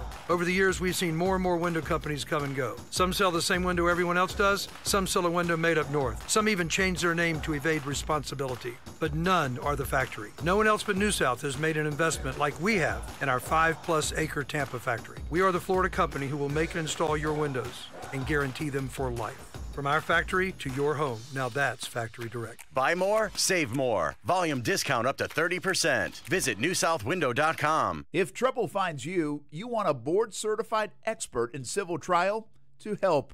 Call the law offices of John Phillips at 904-444-4444. John will be by your side as an advocate and as a friend. When things go wrong, you need help to make it right. So give John a call. Personal injury, family, and criminal law. The number is 904-444-4444 or visit floridajustice.com. The Red Cross responds to nearly 66,000 disasters every year, most of them house fires. Red Cross President and CEO Gail McGovern says you need to develop an evacuation plan and practice it, especially with your children. It takes just 2 minutes for a home to be engulfed in flames. Practice those drills. We all think our kids know what to do. They don't. We need to teach them. We have started a large campaign where we're going into vulnerable communities and helping install smoke alarms. Already 92 lives were saved, and 4 of those lives were saved by a 5-year-old girl who remembered what we taught them during these fire drills, and she got her family out. We also have a slew of free apps that people can download onto their smartphones. It's what to do in every kind of disaster you can imagine, how to prepare and how to recover. To help support all the Red Cross does and to make a financial donation, go to redcross.org. That's redcross.org. Tom Coughlin says to win lunch. Did the Jaguars win free agency? Nick Foles is coming to Jacksonville. Foles gold for $88 million. We'll see if it paid off or not. It's the talk of the town, and we'll talk all about it all week long from 3 p.m. until 6 p.m. on ESPN 690. Now, back to Action Sports Jax with Brent Martineau on ESPN 690 and ESPN690.com. I am humbled. I sit before, I talk before everybody on the radio, a humbled man. Tell everybody what happened. Oh, Brent, you'd let me do that, wouldn't you? I would. So, yeah, so me and Brent are sitting here, and, there's now a line of people. I don't know if they're Cardinals fans or not, but people staring at me and whatnot, probably for my comments. Well, these 2 kids, and I'd probably put them, in high school, Brent? Maybe a little younger, maybe middle school? Middle school. Yeah, They're probably middle school. Yeah. Some big kids, though. Definitely offensive tackles. Big kids, yeah. Yeah.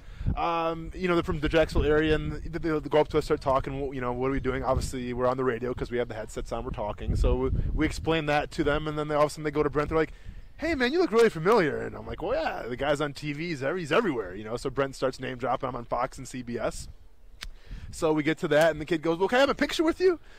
And who do you think took that picture? Well, they asked me to take the picture. So now, obviously, I don't want to say I'm ticked off, but I'm a little unpleased because here, I've played for the Jaguars for 3 years, not trying to toot my own horn. I only had three and a half sacks, but nevertheless, so I'm taking the picture, and instead of taking a picture of Brent, the kid like the kid wanted, I literally just took a selfie of my disappointed face, like, really? So the whole time I'm taking pictures of my face in selfie mode, and Brent's telling me, well, Austin, you have to get closer to us. I'm like, oh, I bet you want me to get closer, don't you? So I got closer, I actually took the picture then, but it was a funny story. I kind of felt like Chris Brzezinski for a second, where when me and Chris Brzezinski would go out, everybody would ask Chris Brzezinski to take pictures with me and then the people. So now I know how Chris felt, and it didn't feel good. I tried to tell you, I'm a popular guy. Oh, I know. I mean, yeah, right. Hey, you know what the funny thing about that story is? I said, you go take a picture with the kid. Yeah. Because what's going to happen is the kid's going to get the picture, right? Yeah. And he's not placing you right now. Yeah, but he's going to go look you up. He's going to Google you. Yeah. He's going to see a few years with the Jags and the Chiefs and the Bears and the Lions and MMA fighter now. And he's going to be like, oh, I'm so glad I got that picture instead of the one with that stupid TV guy. Well, either that's going to be the case, or it's the case that Brent's trying to make me feel better. And however it turns out, I appreciate Brent, make me feel better as it is. Well, listen, it's fight week for you, so I have to keep your confidence high. Confidence has to be high. I will tear you down later. Fair enough. How about a little balling and fall? I'm going to begin with balling, okay? Yeah, I'm going to get going. Yeah. It's not going to be Nick Foles related. We spent the whole show talking. We spent the whole last 2 months. I think we spent since we started this thing talking about Nick Foles. Mm-hmm. But this was a cool scene today. I love the Players' Championship, and because of the Foles stuff, we probably haven't talked enough golf, to be honest with you. Mm-hmm. But we are at the 17th hole. We're just a kind of scene set for those that are watching. But if you're just listening, 18th tee box, 17th green. There's bleachers, a little chalet, if you will. And we are on that. That's why it's a little windy, because we're elevated. But about a couple hours ago, there is a family here that their entire family has been volunteers for a long time. And so they set up this grand scheme, if you will. And there was a player's proposal. And Ricardo Fonseca, I think is how you say his last name, okay, proposed to his girlfriend and now fiance, because she did say yes right at the 17th hole. And how it happened was she was watching. They set this all up. But she was watching behind the 17th tee box with him. Mm-hmm. Sergio Garcia came up, and their dad's a volunteer, so he was in that group. One of the dads. I'm not sure their dad. It really makes sense. But one of their dads. And so Sergio comes up, and he hits his tee shot on 17 in the practice round, and they're just having some fun. There's a lot of cameras around. It's Sergio Garcia. Of course, there's a lot of cameras around. Yep. And he starts talking to these 4 people in the crowd. And one's Ricardo, one's Emma, and there's 2 other people with them. And you see on the video boards, Sergio Garcia pulls her out of the crowd and says, hey, you want to walk up 17 with us? Dang. So kind of on the video boards, it looks like Sergio just got a new date, really. Yeah. But he's married, so that's not how this went down. So she walks the entire way. They putt on the 17th hole. She's right up by the green, and it's taken a while. And then Ricardo is in the tunnel area, right below us.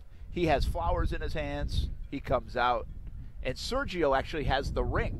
Wow. And gives it to Ricardo, and he proposed. And she kind of knew something was up, you could tell, because she was looking around a lot. There were a lot of cameras, so she kind of sensed it. Okay. But it was one of those deals where, like, we talked to her after, and she didn't totally know, but she knew that the time was coming, potentially, that they could get engaged.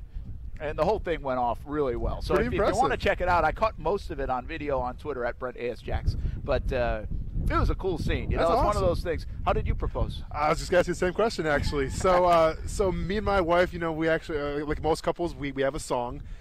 So the song is called You and I by the Crystal Fighters, kind of like a high beat up tempo folk song, I guess you would say. Well, the Crystal Fighters played in a music festival called the Shaky Knees, which is in downtown Atlanta. You ever been to Shaky Knees Festival? Probably not. No. So it's right downtown Atlanta. You're getting a hint on this music stuff. You just kind of give up. You ask a question and then you'll give up on the music real quick.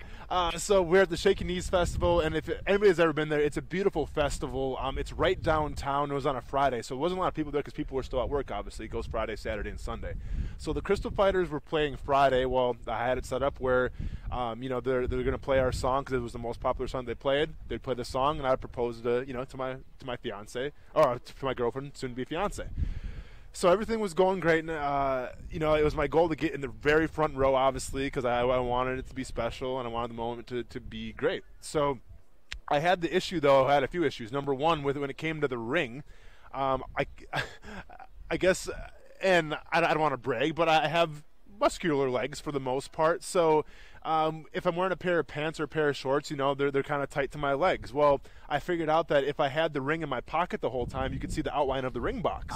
So I couldn't have the ring box. So the whole time I had just the ring, nothing else, in my pocket. So I'm constantly fidgeting around because I didn't want it to fall out, make sure it's there. So there was that one stressful moment.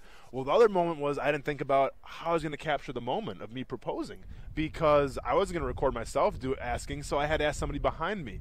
So the whole time my wife is with me, you know, so I don't know what I'm going to do. So it's funny, too, because right when we get there, she asked me, are you hungry? I'm like, no, I just ate, I'm fine. Well, about an hour later, I'm like, you know what, babe, I'm actually really hungry. Can you go to the food truck and get me some food? And at this point, she's, like, super ticked because, like, you know, she doesn't want to do that, and the concert's getting ready to start. So and she had already asked you. Yeah, so she goes to the food truck, and she's obviously not impressed, and I asked people behind me if they can record, you know, the moment I'm going to propose during this song, and they're all cool with it. She comes back with the food, obviously a little ticked off, because she has no idea what's about to happen.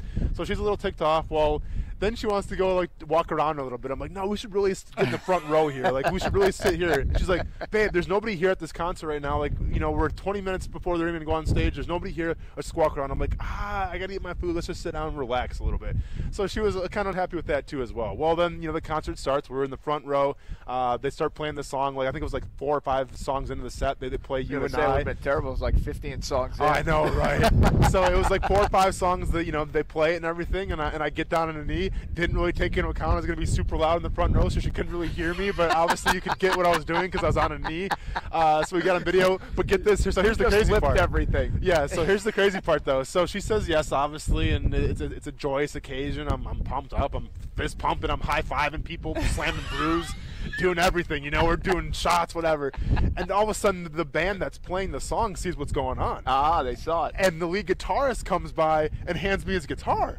And I'm like, dude, can I have this? He's like, no, you can't have it, but play with this. I'm like, okay. So then I started playing this, because I can play a little bit. So then I was playing the song as they were playing as well. You know how to play the song? Yeah, for sure. That's pretty good. It's just a few chords. It's all good. So then you had to give the guitar back. Yeah, unfortunately, which is probably a good thing, because at that point I'm like, dude, I don't want to carry this guitar all around the festival, so you can have it back. That's awesome. Yeah. That's but awesome. what about you, though, man? You got to share your story. All right, we'll real share quick. a quick story.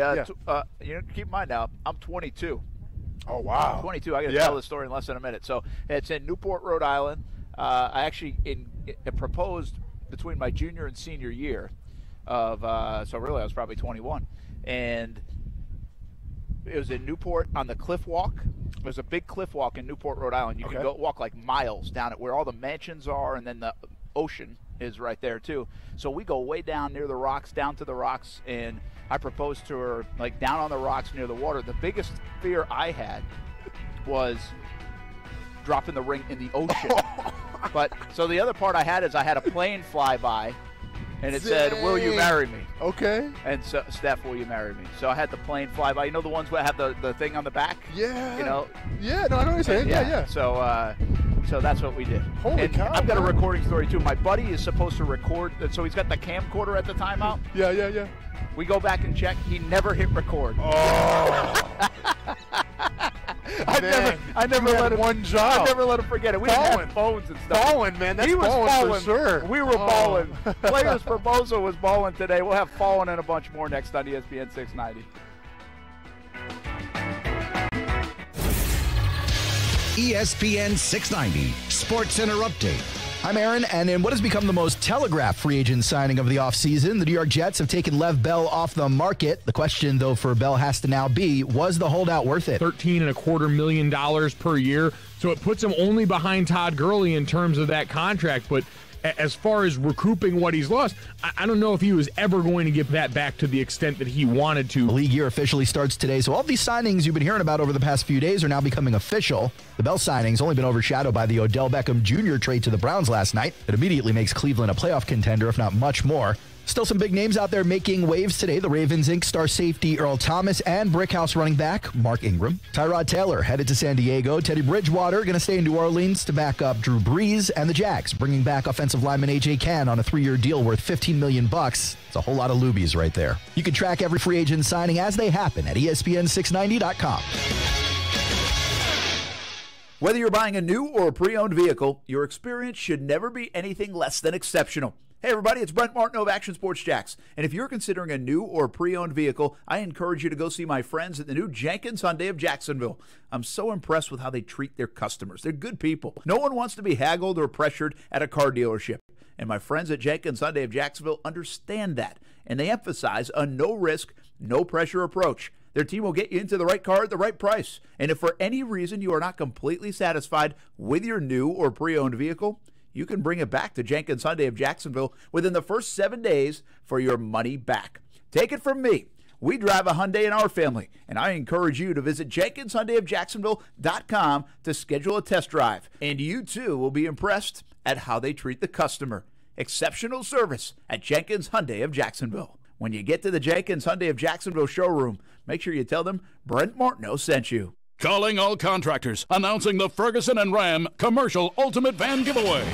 We're handing over the keys to a Ram Commercial ProMaster van stacked so high with brand name tools, you'll be glad you've got that 76 inches of cargo height. We'll even brand it for you, so there'll be no doubt who's riding in style. Worth over 100,000 big ones. Enter at Ferguson.com/Ram Van Giveaway. Hear that? That's opportunity honking. No purchase necessary. For official rules and eligibility details, visit Ferguson.com/Ram Van Giveaway. And now, a quick comparison from Grasshopper. When you're always on the go, what would you prefer? An office phone system?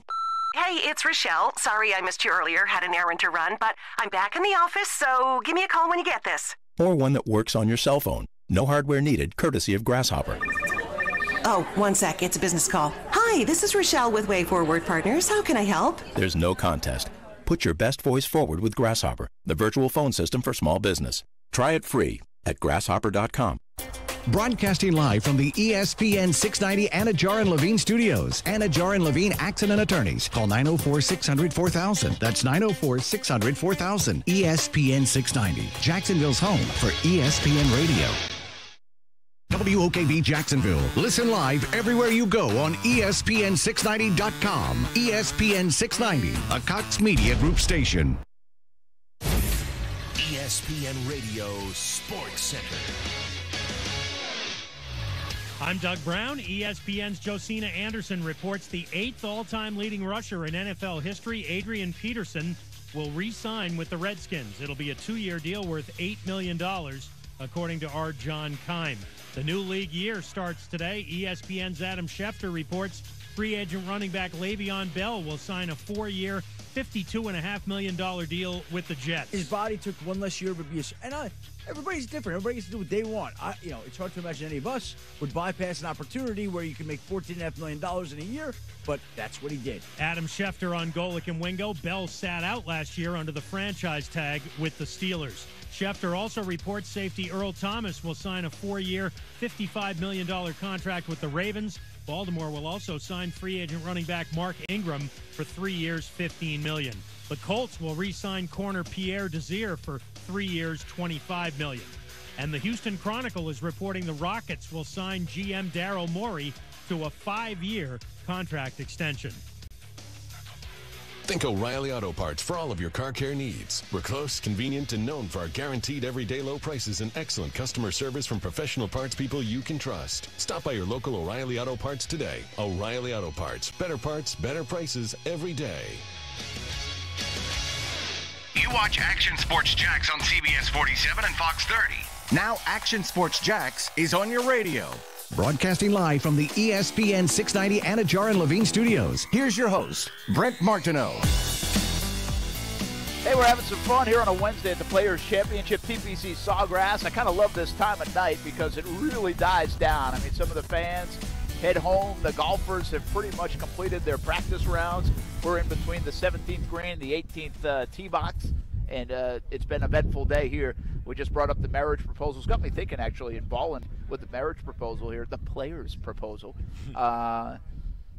Someday, Kuz is going to have to think of these things. I mean, I'm flying a plane. Someone's proposing on 17. You're playing guitar. Yeah. I mean, he's got a standard to live up to. Kuz, what is like your guys' song? You and your girlfriend. Do you have a song? We don't. It's more really anything 1975 is our song. Like we're going to Red Rocks at the end of April. Oh, very good. To see them live. So that's You're taking a day off? I'm taking a few days. I guess I should tell you guys that.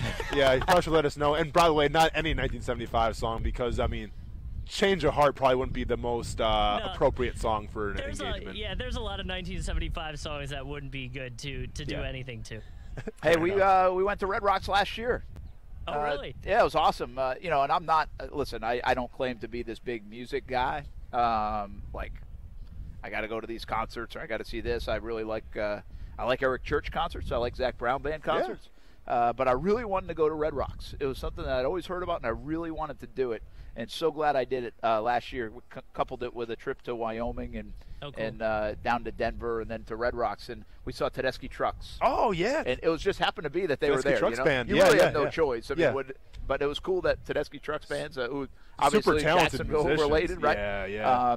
And it was really cool. It was a neat thing. It was a chilly night as you get up there. But the whole scene, it lived up to it from my vantage point. So I'll be interested to get your take on it, Kuz, when you come back in April. Yeah, I'm pumped to head out there. Definitely excited to do some hiking, too, and just see what it's like because Florida's pretty flat compared to Colorado. Now, that is something I did not say when I went out there. Excited to do hiking. Excited to do hiking. No, serious.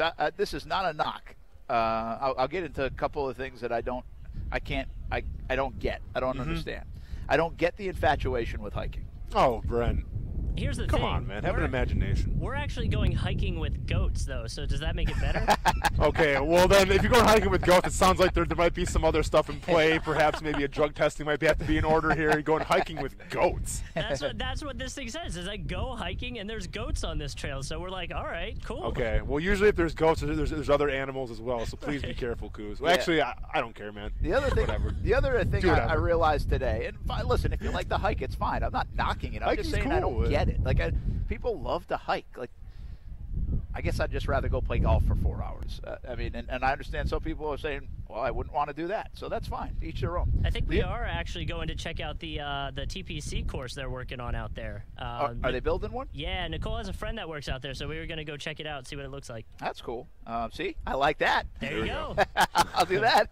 But the other one I saw today, and I must bring this up, and I don't understand females in a lot of ways. Uh-oh. But I really don't get how you come out to the Players' Championship, females, and you wear like 5-inch heels. Oh, I thought you were taking someplace else. No, I don't, like, I was walking behind some women or girls, I don't even know what age they were. It's hard to tell these days, right, Brent? No, that's true, too. Yeah. But, and, like, you walk a lot out here. Yeah. You know, it's uneven ground. Yeah. It's soft if you're walking the grass. There's pine straw you walk through. Like, that just can't be fun. Like, it can't be fun. Does it look that good? Or is it the cool thing to do? Where, like, walking in heels, like, I know you can't answer this question. Yeah, you're like, asking the wrong dude right now. But I'm just telling you, like, I was thinking of it today. I'm like, I don't get it. Yeah. I really don't get it. Like, if I was a woman, I wouldn't be wearing heels to the Players' Championship. Not big 5-inch heels. Mm-hmm. You know, those big ones that I everybody mean, wears. Brent, I've seen it firsthand. It's yeah, I don't know how walking in grass would be either, but yeah, I mean, fashion's definitely you know, it's kind of like Coachella for like older people that like country clubs. That's what the Sawgrass seems like here. I will say this though, there is an abundancy of rompers going on. You know what a romper is? Yes, I do know. Yeah, what a that's romper is. yeah, it's whatever with Is that rompers. a good thing? I mean, I'm Depends personally who's wearing it. no, if you're asking me, I've never been much of a romper guy, to tell you the truth. But hey, I'm not gonna knock anybody's hustle. If you want to wear a romper, wear a romper. I feel like you could pull off a romper. Don't question me, man. I can. Male rompers are $90 online. You actually be surprised. I have a Chewbacca onesie that I could rock out tomorrow if you want me to. Something told me it was about $30. Like, I expected that almost. Like, I almost expected you to come back with something. What's a quick story time, real fast here. So when Star Wars: The Force Awakens, you know, I went to opening night at Tinseltown on South Side. Obviously, The Force Awakens was a big opening night, so I want to go out with it. So what did I do? My friend got me a Chewbacca onesie that I rocked. Well, the problem was it was like, you know, a youth extra large, and I am not a youth extra large. So instead of like wearing pants or anything, I literally just, all I wore was a pair of briefs and then the Chewbacca onesie, and I zipped it up. And like, I'm not even exaggerating, I couldn't zip it up all the way, so like my chest is kind of hanging out. I didn't think I was actually going to get in the movie. And then on top of it, for as much as I sweat, Brent, you can attest to it, I sweat a lot, and it was kind of, you know, packed to full capacity at the theater, so the whole time I'm sweating through this onesie. So it was not a good scene. I'm sure the person sitting next to me was not impressed with the stench coming from it, but that's the things you have to do for Star Wars sometimes. All that, we somehow have failed to get your balling. Yeah, well, I think that Chewbacca onesie was balling, but let's go ahead and get back into it. Sounds to me like it might have been falling. So balling, listen, when we're talking about, you know, free agency and whatnot, it's all about making your fans optimistic. It's all about getting them excited, and I think no one has done a better job in that this year than John Dorsey. So balling's got to go to John Dorsey. Mr. Dorsey, I apologize that I sucked playing the 3 technique in Kansas City. I didn't make you look that smart when it came to that decision, but what can you say about John Dorsey? I mean, he was a big reason why Patrick Mahomes came to Kansas City.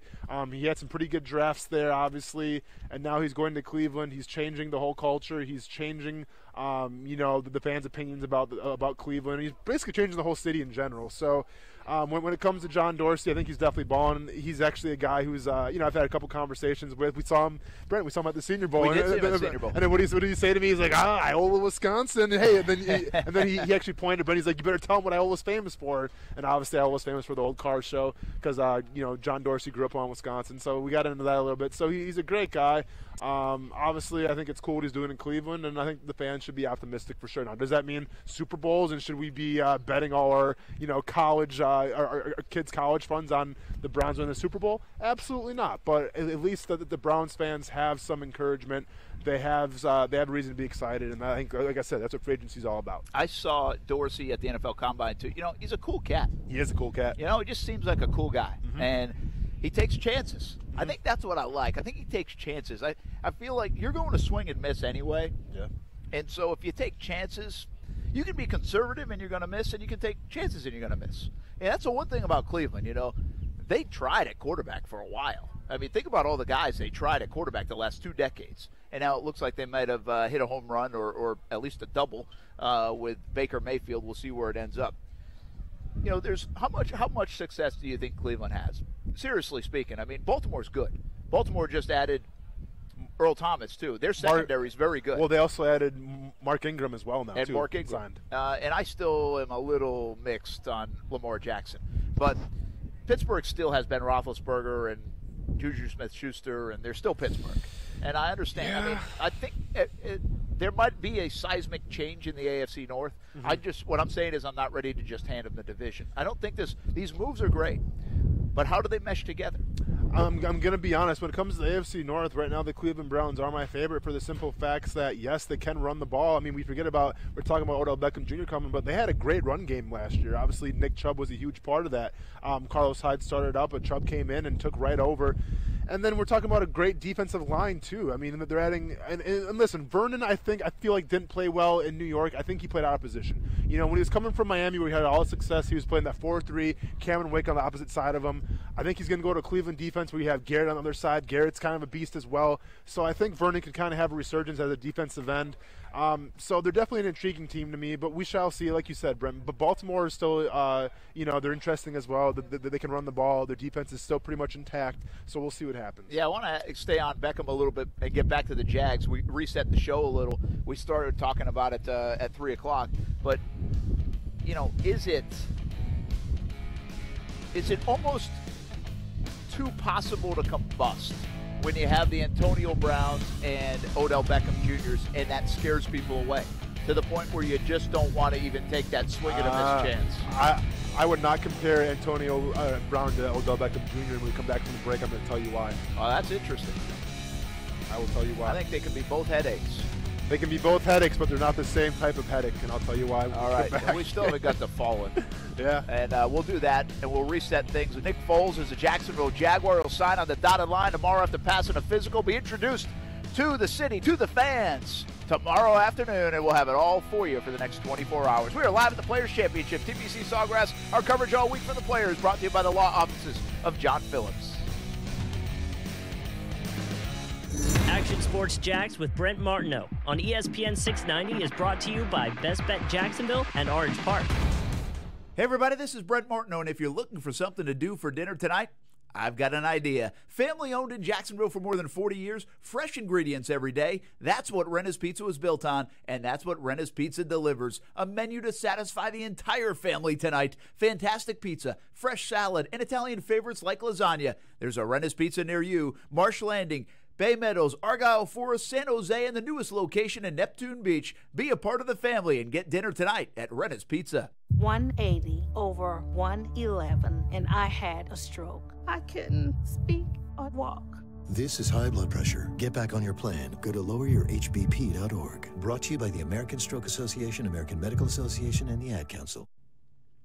Hi, everybody. It's Brent Martineau. If you received a letter from the IRS and cannot pay them, things can get bad quickly. The IRS can seize your bank accounts and garnish your wages. If this is you, make sure to contact J. David Tax Law, a local firm right here in Jacksonville, and recently voted the best tax attorney in Jacksonville by Folio Weekly Readers, and also selected as an ultimate tax attorney by the Jacksonville Business Journal. Your first step to stop IRS harassment is a no-cost consultation.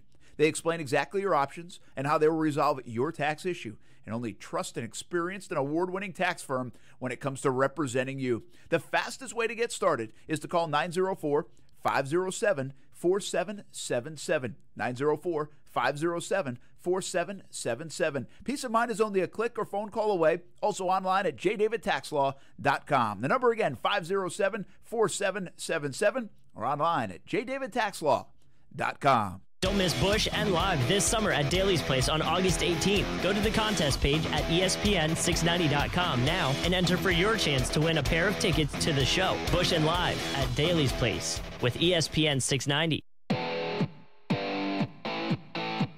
This is Action Sports Jacks with Brent Martineau on ESPN 690 and ESPN690.com. Hey, welcome back to the Players' Championship. Brett Martineau, Austin Lane here, just above the 17th hole, the famous 17th hole, and really right above the 18th tee. We're in the middle of it all here at the Players' Championship. Beautiful Wednesday on the eve of the Players. By the way, I hope you did your homework because you need to pick a winner today. Okay.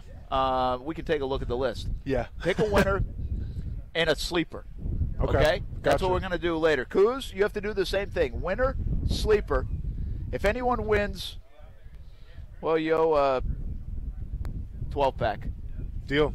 How's Oh, that? what? I don't know. Okay, whatever, huh? I guess whatever. I've got some Salt Life sitting right here.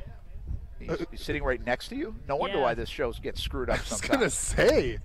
No, that was an aggressive comment. Coworker came in and just dropped off at 1, 2, 3, 4, 6 packs of Salt Life beer, so it's just chilling in here. Are you sharing? If you want some, well, yeah. and put some under my desk. And speaking of the Salt Life lifestyle, I actually got offered to wear a pineapple onesie tomorrow. Yeah, this just happened. By our fellow bartender over here, yes. Fellow? Like you're serving? No, but I'm saying like the local fellow bartender. Okay. I'm not saying I'm a bartender. So she's going to bring a onesie tomorrow, a romper. A onesie and a romper are the same things? It's kind of the same thing, right? Yeah. Close enough? And you said you would wear it? Oh, absolutely. But here's the catch. I'm not going to pass up a pineapple romper. I think we're probably doing the show at Jags headquarters tomorrow because of all the news. That's a mistake. But are you going to be here Friday as well? Oh, no, you're I'm not going to be here Friday. Brett, news. What news? We knew Foles was coming since day one. We're talking about a pineapple jumper here. I mean, let's be honest. A pineapple onesie. Yeah. All right. Hey, by the way, you can win tickets to the Players' Championship. We'll see. Yeah. At the very least, I'll get the romper from you by Friday. And I'll give it to him. I'm going to wear it when I walk out with my fight. How does that sound? Oh, my gosh. He's got a fight Saturday night. That would be awesome if you wore the pineapple romper. I'm going to wear it to the cage. Yeah. To the cage. Going to wear it to the cage. And that would really be, strike fear in the That would be awesome. My money's on not that guy. By the way, get out to the Morocco Shrine on the Saturday night, right? Yes, sir. 5:30 or so, everything gets going, Yep. and you'll fight probably around 8:30. Yep. And a lot of support for Austin. I think we might even give tickets away in the next couple of days. That's the plan. I actually have 4 tickets to give away, so we'll come up with some kind of gamer where people can call in, and then the tickets will be at the Morocco Shrine waiting for you. All right, so we'll do that, and hopefully you go out and support. That'd be good news. It's going to sell out, so make sure you get your tickets and get out to that event. First time in action in the cage in a long time, for the last 4 or 5 months, I think it is, for Austin Lane, and we are looking forward to that. That should be a lot of fun, and wish you a bunch of success. We can give away some tickets now, actually, and to the Players' Championship, that is. For the Kuz, are these for the rest of the week or just one day? No, the whole week. Whole week. Thursday, Friday, Saturday, Sunday. Get some tickets to the Players' Championship. I might call in myself. Here's what you do. 904-362 9901. 904-362-9901. Be the 7th caller. You know why 7? Foles. Yeah, Nick Foles' jersey number is number 7. Nailed so it. Be the 7th caller. 904-362-9901. We'll send you to the Players' Championship. Gary, I'm sorry you were already on the line. You don't count. You can't win. Well, better luck next time. What's up, man? Austin, best of luck Saturday night, buddy. Thank you, man. I appreciate it very much. Hey, those kids, don't worry, Austin, how quickly they forget nowadays, Oh, it's all good, man. It's water underneath the bridge. No worries. I'm going to take, guys, Brooks Koepka is my pick for this week. That's a good pick. He wins big and events. My sleeper's going to be the X-Man, Xander Schauffele. Ah, very good. 2 good selections.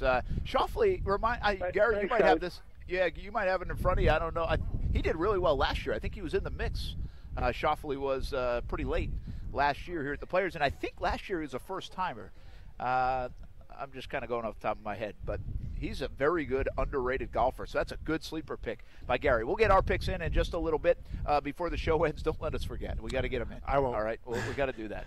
I can't tease that and not deliver. We didn't deliver on the game last week, and we're going to have to do the game tomorrow, potentially. We got to do the game. Yeah, should probably quick tell the story. I was at the YMCA sitting in the sauna, and a guy my age comes in. He's like, hey, Austin, listen to the show, man. I'm a fan. I'm like, thank you. And then all of a sudden he goes, what the F? And obviously he didn't say F. He said something else.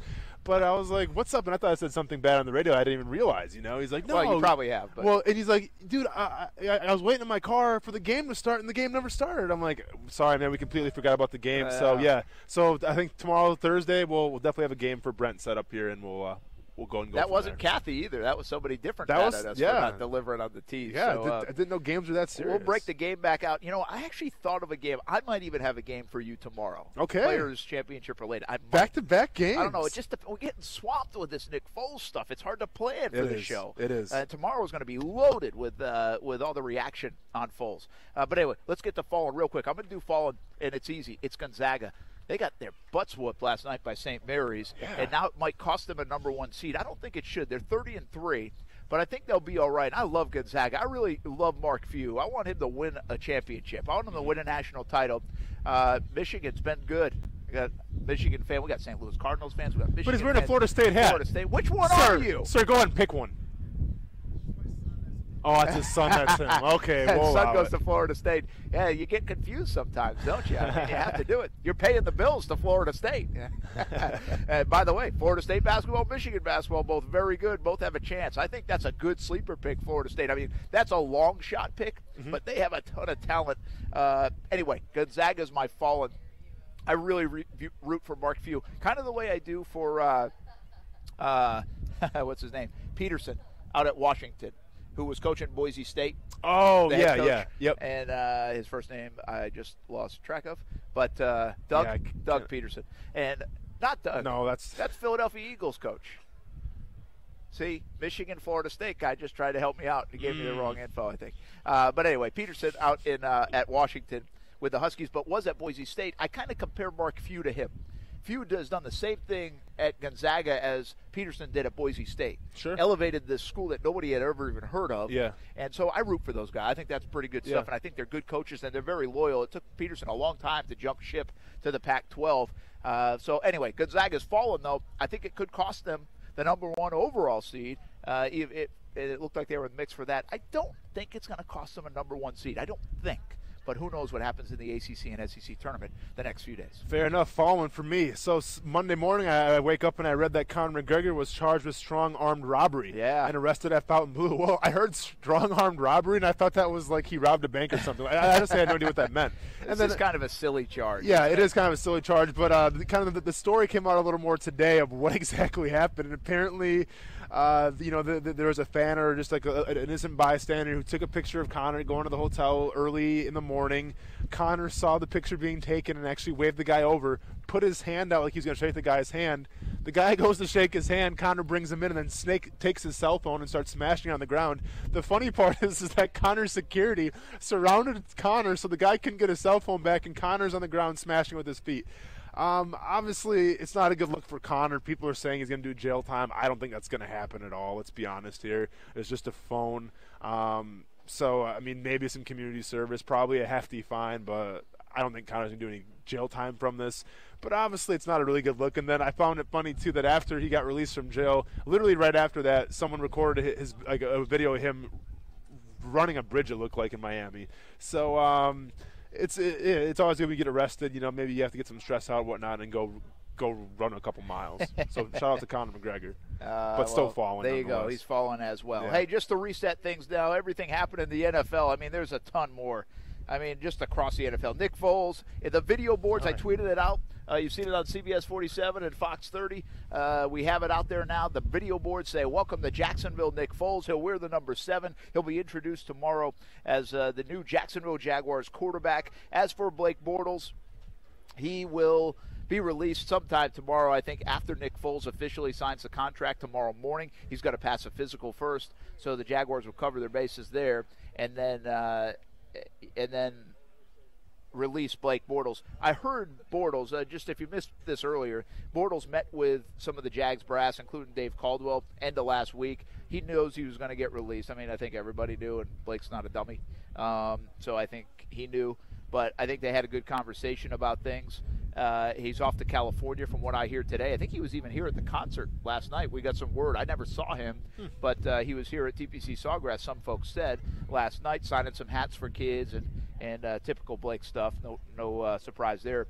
But now he go out to California for his normal off-season routine of working out in Cali and waits for a team to sign him. And there's been talks, rumors of New England and Tampa, Miami. We'll see where Blake Bortles ends up. You know, it's interesting. Tyrod Taylor signs with the Chargers today. Yep. And I thought that could be a landing spot for Blake. I thought it had potential to be a landing spot for Bortles, so that's off the board. Teddy Bridgewater, I thought he was going back to New Orleans, but now there's a report out of Miami premature, yeah, that he's going to visit the Dolphins, which makes a lot of sense. Adam Schefter. Yes. Right? That makes a ton of sense. Yep.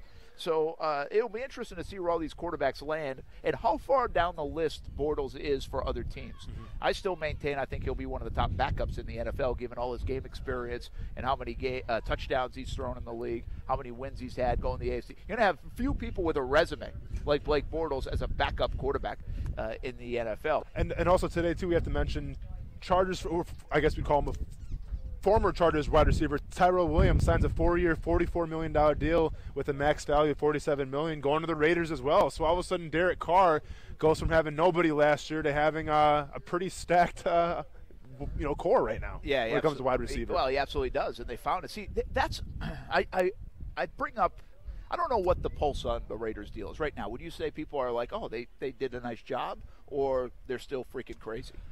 I think they're doing a pretty decent job, especially with all the draft picks that they have coming up, So let's see what happens in the draft. Obviously, I see them going pass rusher to replace Khalil Mack, and then we'll see from there. So I think overall people are starting to buy in a little bit more to Gruden than they did last year. Okay, so that's my point. Last year, he was the biggest dummy on planet Earth. Correct. Right? Got rid of Khalil Mack, got rid of Amari Cooper, and he's stripping it down and doesn't know what they want to do with Derek Carr, their organization. He's got a 10-year contract. He's just milking it. It doesn't matter. He doesn't care about the next couple of years.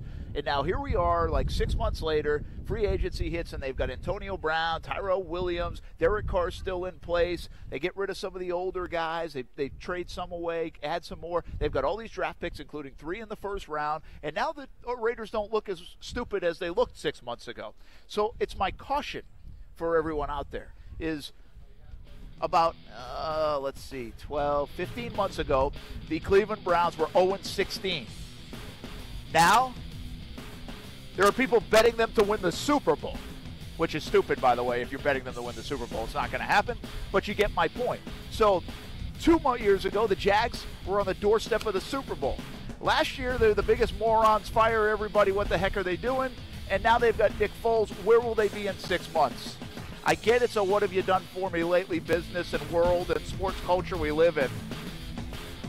But these teams are showing the narrative changes every 6 to 8 to 12 months. That's why you have to love football. And the Jaguars do it.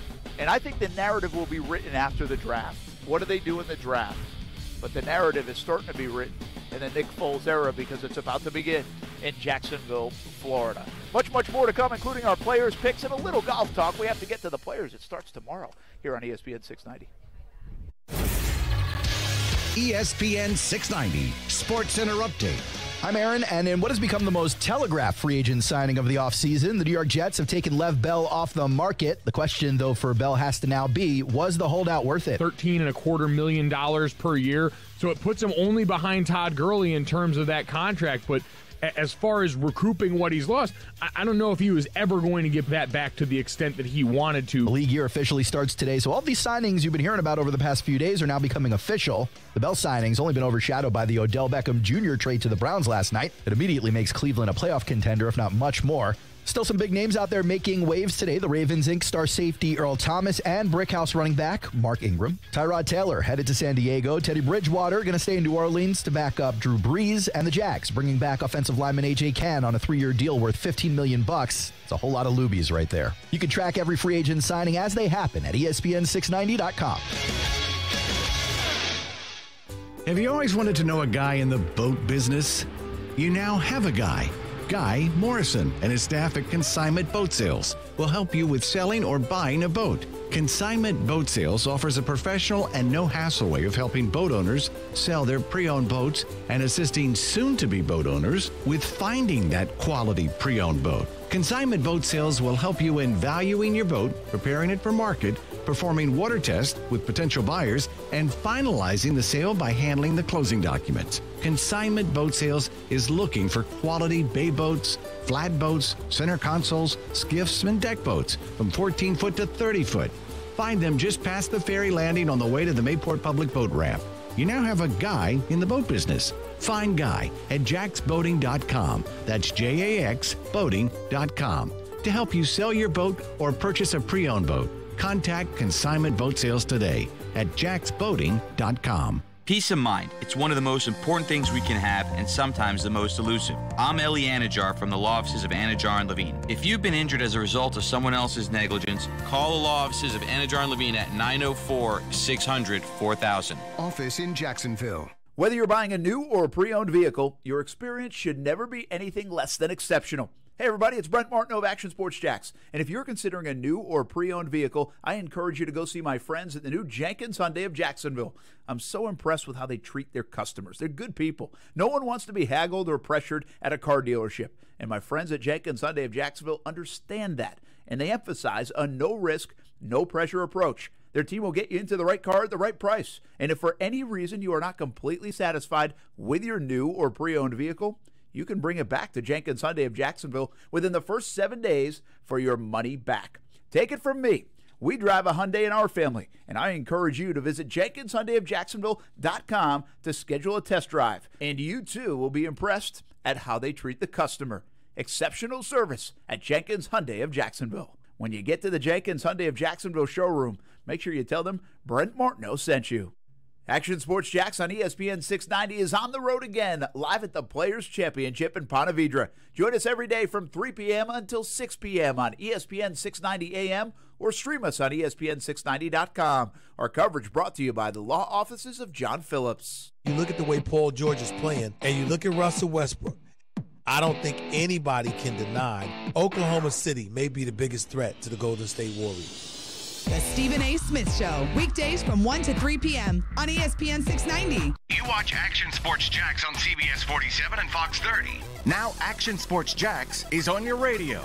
Broadcasting live from the ESPN 690 Anajar and Levine studios. Here's your host, Brent Martineau. Congratulations to Nancy. She is our winner. I want to go to my golf voice right here because Matt Kuchar is on the 18th tee. Cooch! Is that him, actually? Oh, yeah, it is. Yeah. You bet, Cooch. We got it. That was a nice hit. You are such a good golf fan here right? at the Players' Championship. Hey, man, I'm giving it all I got. You have done this before. I mean, there is no doubt. Yeah, Robert, we're trying to do a radio show, man, and we're streaming on TV. See that? Are you on TV? Are you on radio now? I am. Very perceptive. That's Robert from CBS 47. Robert, good to see you, man. How you doing? I hear you working with us. But anyway, Nancy called in and won tickets. I guess those tickets were pretty popular, Coos says. So a lot of phone calls. And, yeah, Matt Kuchar just teed off. So I'll talk a little golf in just a moment. But I did tease something, and I don't want to make Kathy or guy in the sauna mad and not deliver on the tease. And that is because you actually teased it as well. You're good at this. Oh, the Antonio Brown? Antonio Brown. Oh, Odell I Beckham forgot all about Jr. that. Yeah. Yeah, I know. See, that's what I'm here for. Yeah, good job. Odell Beckham Jr., Antonio Brown. Would you want them in your locker room? Well, like I said, I think they're two completely different personality types, honestly. And from the casual fan, from the outside looking in, you could say, yes, they're both kind of distractions and whatnot. But from Antonio Brown's perspective, I feel like Antonio Brown's fault was the fact that he wasn't really a team guy. I mean, he threw Ben Roethlisberger underneath the bus. I don't think he's the best team player, especially when things aren't going his way. I think Odell Beckham, and you can see that because let me put it like this. If you want to see a person's character, see what his peers say about him. Okay, so when we're talking about Antonio Brown, I mean, Larry Fitzgerald even came out and didn't have nice – I don't want to say nice things, but, he kind of called Antonio Brown out a little bit. Yeah. Obviously, his teammates called Antonio Brown out a little bit. So from that perspective, that tells me that he's not, really a team guy. I've never heard – and this is even when he was on TV with Wheezy talking about how bad, Eli Manning was playing. I never heard a New York Giant, now a player, a coach, yeah, some coaches came out, I think the GM came out and said that he can't do his interviews, but I never heard a player actually badmouth, actually talk bad about Odell Beckham Jr. I think Odell Beckham Jr.'s problem is that the guy just wants to win so much that he doesn't know how to handle himself when he doesn't win. And there's a difference there because it's like I said, if you look at what people say about Odell Beckham Jr., it's, he throws tantrums on the sidelines. He gets in fights with, like Nets or whatever like that. Yeah, and obviously that's a distraction too as well. But if you go in the locker room and you ask players what they're thinking right now, I guarantee you 100% of them they're saying, we still wish we had Beckham Jr. there. We want to see him go. If you go to Pittsburgh, you ask the same question about Antonio Brown, I bet half that team says, yeah, we're actually glad that he's gone. So from that perspective, I feel like they're different players. Yeah, well, listen, from a player perspective, again, the age is different. I still think Antonio Brown has proven way more than Odell Beckham Jr. But the upside, of course, with Odell Beckham Jr. is big. And on the field, they're fantastic players. Again, I've been screaming for this. I didn't mind it. So my answer to the question is I take the chance if I'm Jacksonville. Now, I will say this. I don't think Cleveland needed to take the chance. Cleveland may have just got better, but they may have just gone up to, like, an 8 on a scale of 10 in terms of combustibility, right? Yeah. If they start 1-3, you might want to start jumping into Lake Erie. I mean, if how many? You only get one football. You only throw the ball 35, 40 times a game. You got to hand it off to Nick Chubb. You got to throw it to the tight end. You got to throw it to Callaway, Landry, and now Beckham. There's plenty to go around, but you usually only complete, 25? Yeah. So the problem is if you lose, you have problems. And, again, that's what happened in Pittsburgh. When Pittsburgh was having struggles in the year and then they were about to miss the playoffs, the antics have always been there. And again, I don't think it's just Antonio Brown, but the antics have always been there. I call it a daily soap opera in Pittsburgh, even when the Jags beat them 2 years ago up there a couple times. But you can handle it if you win. When you start losing, it's hard to handle. And Cleveland, remember, they still learn how to win. They have not won as an organization. So it's going to be fascinating. And I think both people have wondered, and I don't say this lightly because I understand we have a lot of it's kind of like a quip, but they really have questioned the stability of these guys at times. Like we have watched Odell Beckham Jr. on the sideline, and you wonder if is he all there? Seriously, haven't we wondered? People wondered in the last couple of months: is Antonio Brown losing it? Is something wrong with him? No, for sure.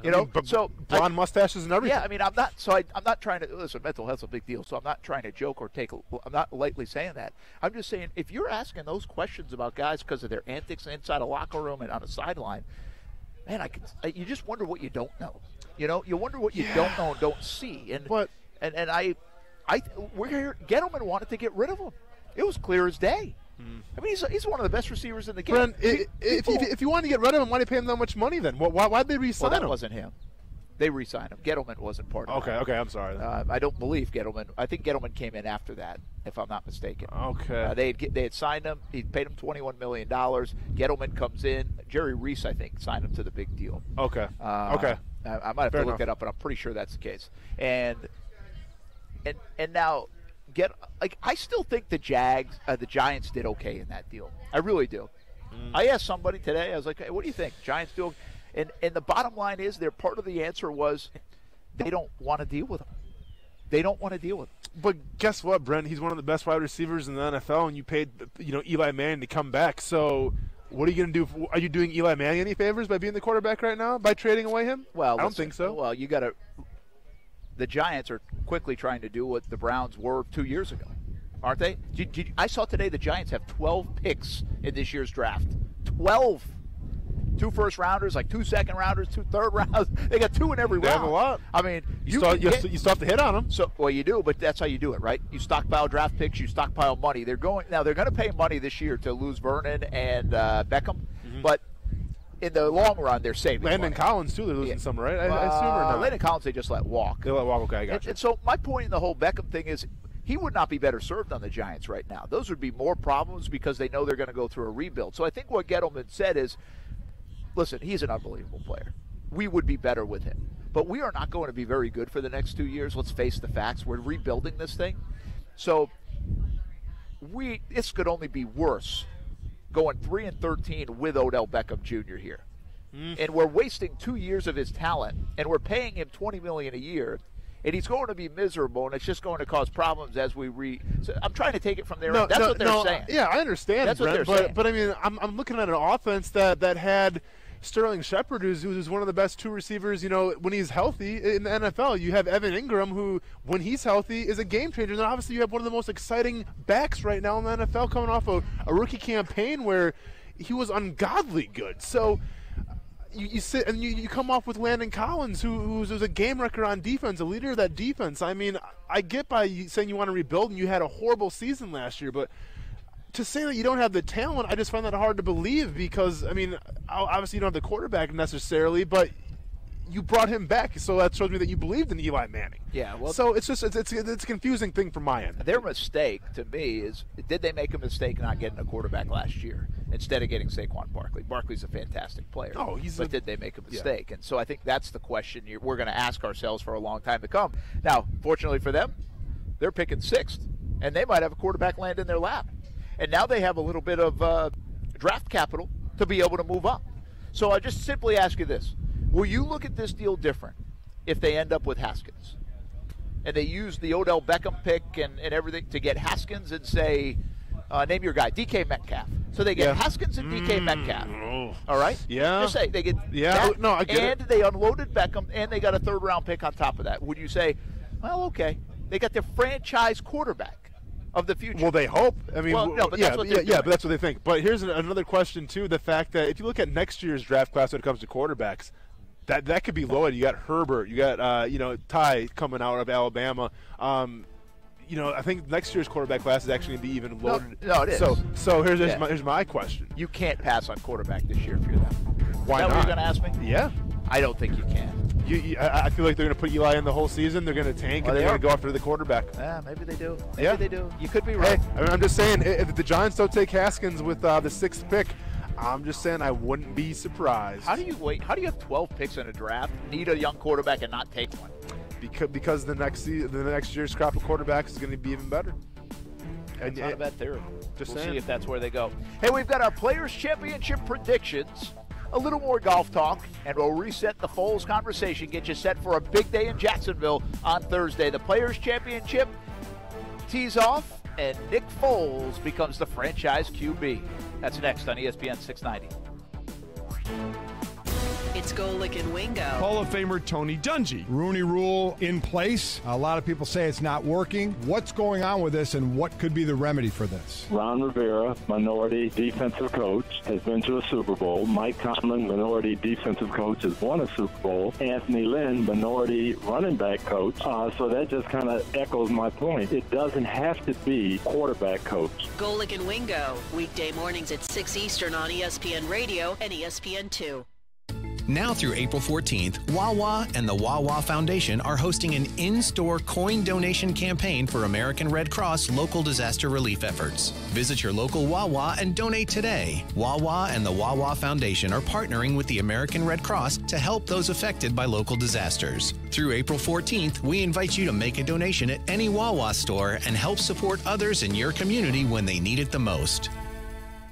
The 2019 Harrell and Harrell Performance Studio is here, and it's better than ever. It's your chance to meet the personalities on the new ESPN 690. Sit in the front row and ask your questions to athletes in town, sports analysts, and experts. You'll be able to see them in person. It's going to be the best year yet. So listen to ESPN 690 for your chance to win your way in throughout the year. It's the Harrell and Harrell Performance Studio. Brought to you by Harrell and Harrell. Whether you're buying a new or a pre-owned vehicle, your experience should never be anything less than exceptional. Hey everybody, it's Brent Martineau of Action Sports Jacks. And if you're considering a new or pre-owned vehicle, I encourage you to go see my friends at the new Jenkins Hyundai of Jacksonville.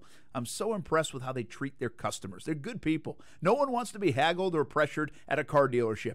And my friends at Jenkins Hyundai of Jacksonville understand that. And they emphasize a no-risk, no-pressure approach. Their team will get you into the right car at the right price. And if for any reason you are not completely satisfied with your new or pre-owned vehicle, you can bring it back to Jenkins Hyundai of Jacksonville within the first 7 days for your money back.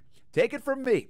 We drive a Hyundai in our family, and I encourage you to visit JenkinsHyundaiofJacksonville.com to schedule a test drive. And you, too, will be impressed at how they treat the customer. Exceptional service at Jenkins Hyundai of Jacksonville. When you get to the Jenkins Hyundai of Jacksonville showroom, make sure you tell them Brent Martineau sent you. Your lack of retention is a breathtaking thing that should be among the 7 wonders of the world. I couldn't see the uniform through deep bouts of smoke. The Dan Le Batard Show with Stu Gatz. Weekdays from 10 a.m. to 1 p.m. on ESPN 690. Hey, it's Mike Golick from Golick and Wingo. You're listening to Action Sports Jacks with our friend Brent Martineau on ESPN 690. Don't take offense to that stuff. Well, I don't know. We only talked about Nick Foles for about an hour and a half today. I don't know. So what did it say? We got a tweet? Yeah, we got a tweet from Duval Boy 12. Says, sad when your team's literally doing nothing, so you're forced to come up with something to talk about. Shake my head. I mean, the team's not doing anything. Team's not doing anything. What are you talking about, man? Team just signed Nick Foles. Just signed a franchise QB. And on top of that, I think it's very relatable to the Jags when the Cleveland Browns go out and spend a first and a third and a player to the New York Giants for Odell Beckham Jr. The Jags had the capital to be able to do that and didn't.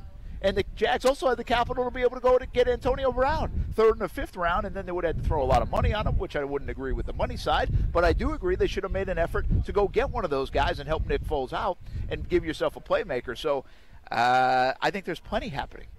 How would you like being the Colts right now? Because the Colts have the most, cap space, and what have they done so far? They've done Devin nothing. Funchess. Ooh. Yeah, but you know what? I thought about that from the Colts. They like their team. They drafted well. They fixed their offensive line. They have a quarterback. And one of the big mistakes people make sometimes is spending in free agency. Yeah. Maybe the Colts are being smart here. It's not fun. It's not sexy. It doesn't get headlines. You're not the talker of the town. But, like we've said many a times, the Jags have been the talker of the town when it comes to free agency, and where has it got them? Now, again, that was a big part of their 2017 run, Calais Campbell coming in and guys like that, A.J. Boye. But still, you have to ask yourself, where does it get you? And I think the Colts are asking that question, and I think that's actually, I'm intrigued by their positioning on it and their method of saying, you know what, we've got the money, but we don't want to spend it right now because we might have to take care of our own guys, and we're going to wait until there's a guy we really want. Keep in mind, the free agent class was considered somewhat weak this year. True, and speaking of not being sexy, I mean, if you look at the Colts drafts recently, it's not like they've been the most sexiest picks either. I mean, we're talking about a team that took a guard, literally, in the top 10, and look how that panned out. Pro Bowl player in Quentin Nelson. So I guess you could say the Colts have been doing it right. Yeah, absolutely. I think you can make that argument. All right, you ready for the Players' Championship? I am ready for the Players' Championship. I am here, after all. Well, so I better be ready. Yeah, you better be ready. The Players tees off tomorrow. Yeah. We're going to make our picks in a moment. Yep. A sleeper pick is what I've asked for, and also a Players Champion pick. Very hard to do. No, maybe the hardest tournament to do it at. Not really when you have my brain and you do your homework, but okay. Yeah, absolutely. Do your homework? Do you steal someone's picks? No, sir. These are my own picks. You're good at darts, you said, so throw one now. Are you ready? No, we're not going to do it right this second. Okay. That was just a bad tease. Yeah, it was. I did want to share to everybody that if you go to ESPN690.com contest page, Bush Live and Our Lady Peace concert coming to Daly's Place, and that's on August 18th, and you can win tickets if you go to ESPN690.com and check out the contest page. Once again, our coverage all week for the Players brought to you by the law offices of John Phillips, and John may join us later in the week. We'll talk about tackling the law a little bit when it comes to the Players' Championship and other sports, and guys don't like Conor McGregor potentially. What could happen to Conor McGregor? But we appreciate the support of John Phillips this week at the Players' championship. Well, especially if I get tossed out of here, too, it'd be good to call up John and see, get his legal advice, maybe hire him on retainer. Yeah, you just did the whole Cooch thing. Cooch! Oh, yeah. Well, that was just being a fan, Brent. Yeah, sorry to embarrass you. No, not embarrassed at all. You seemed a little bit. I mean, you do have a media pass on, dude. No, you've run across the 18th fairway. No, and you're hooting and hollering for Kuchar. So I figured it out. It wasn't the 18th fairway. It was the 16th fairway. You were on the 16th. I was coming across. Yeah, I see that. That's how lost I was. Yeah, you were on the par 5 16th. Beautiful day here at the Players' Championship. What a week it is. Tomorrow's going to be exceptionally busy. Billy Horschel, a Jacksonville resident, of course, loves this place. Plays it a bunch. Can he win the big one? He's won the FedEx Cup Championship before, won that $10 million, by the way, a few years back. Just had a new baby as well, so he's in a good place mentally, and he doesn't have to go far. He can sleep in his own bed. We caught up with Billy Horschel recently about the tournament coming up tomorrow. When you talk about a food bank or a local food bank, people think of, maybe homeless, but it's beyond that. It's people in our community that are working hard. Unfortunately, they're just not able to make meet all their needs with their job and the money they bring in. So when they're having to pay their car payment or the mortgage or electricity, the last thing left on the burner is food. And so with the local food bank, we're helping, substitute what they're not able to get for adults and especially for kids. Ask you a little bit about golf coming to March. You love it? You like the idea of it? What's your thoughts, and what are other players' thoughts on this thing happening in a month? I was for it massively. I thought the course was better to be in March with the conditions, the weather conditions, the way the course is designed to be played in March is just a lot better to have. And May was great. I understand why they moved it to May. They wanted to get away from the feel of, it's the run up to the Masters. This is a first big event before the Masters. Now it created its own identity. It's more along the lines of a fifth major. And that's what we want as our championship. So going back to March, where the course was designed to be played, is going to be a benefit, not for the course, but for the Players' Championship as well, because when you think about in May, spring in the north, people aren't going to want to come down to the event as much. Now we're in March, winter up there, people want to get out of cold weather, snow, come to this great event, play some golf early in the week or whatever. And so, yeah, I think it's going to be all around. It's just going to be an even better move to go back to March. Last one for you. We've talked to you a few times. You said your game's in good shape.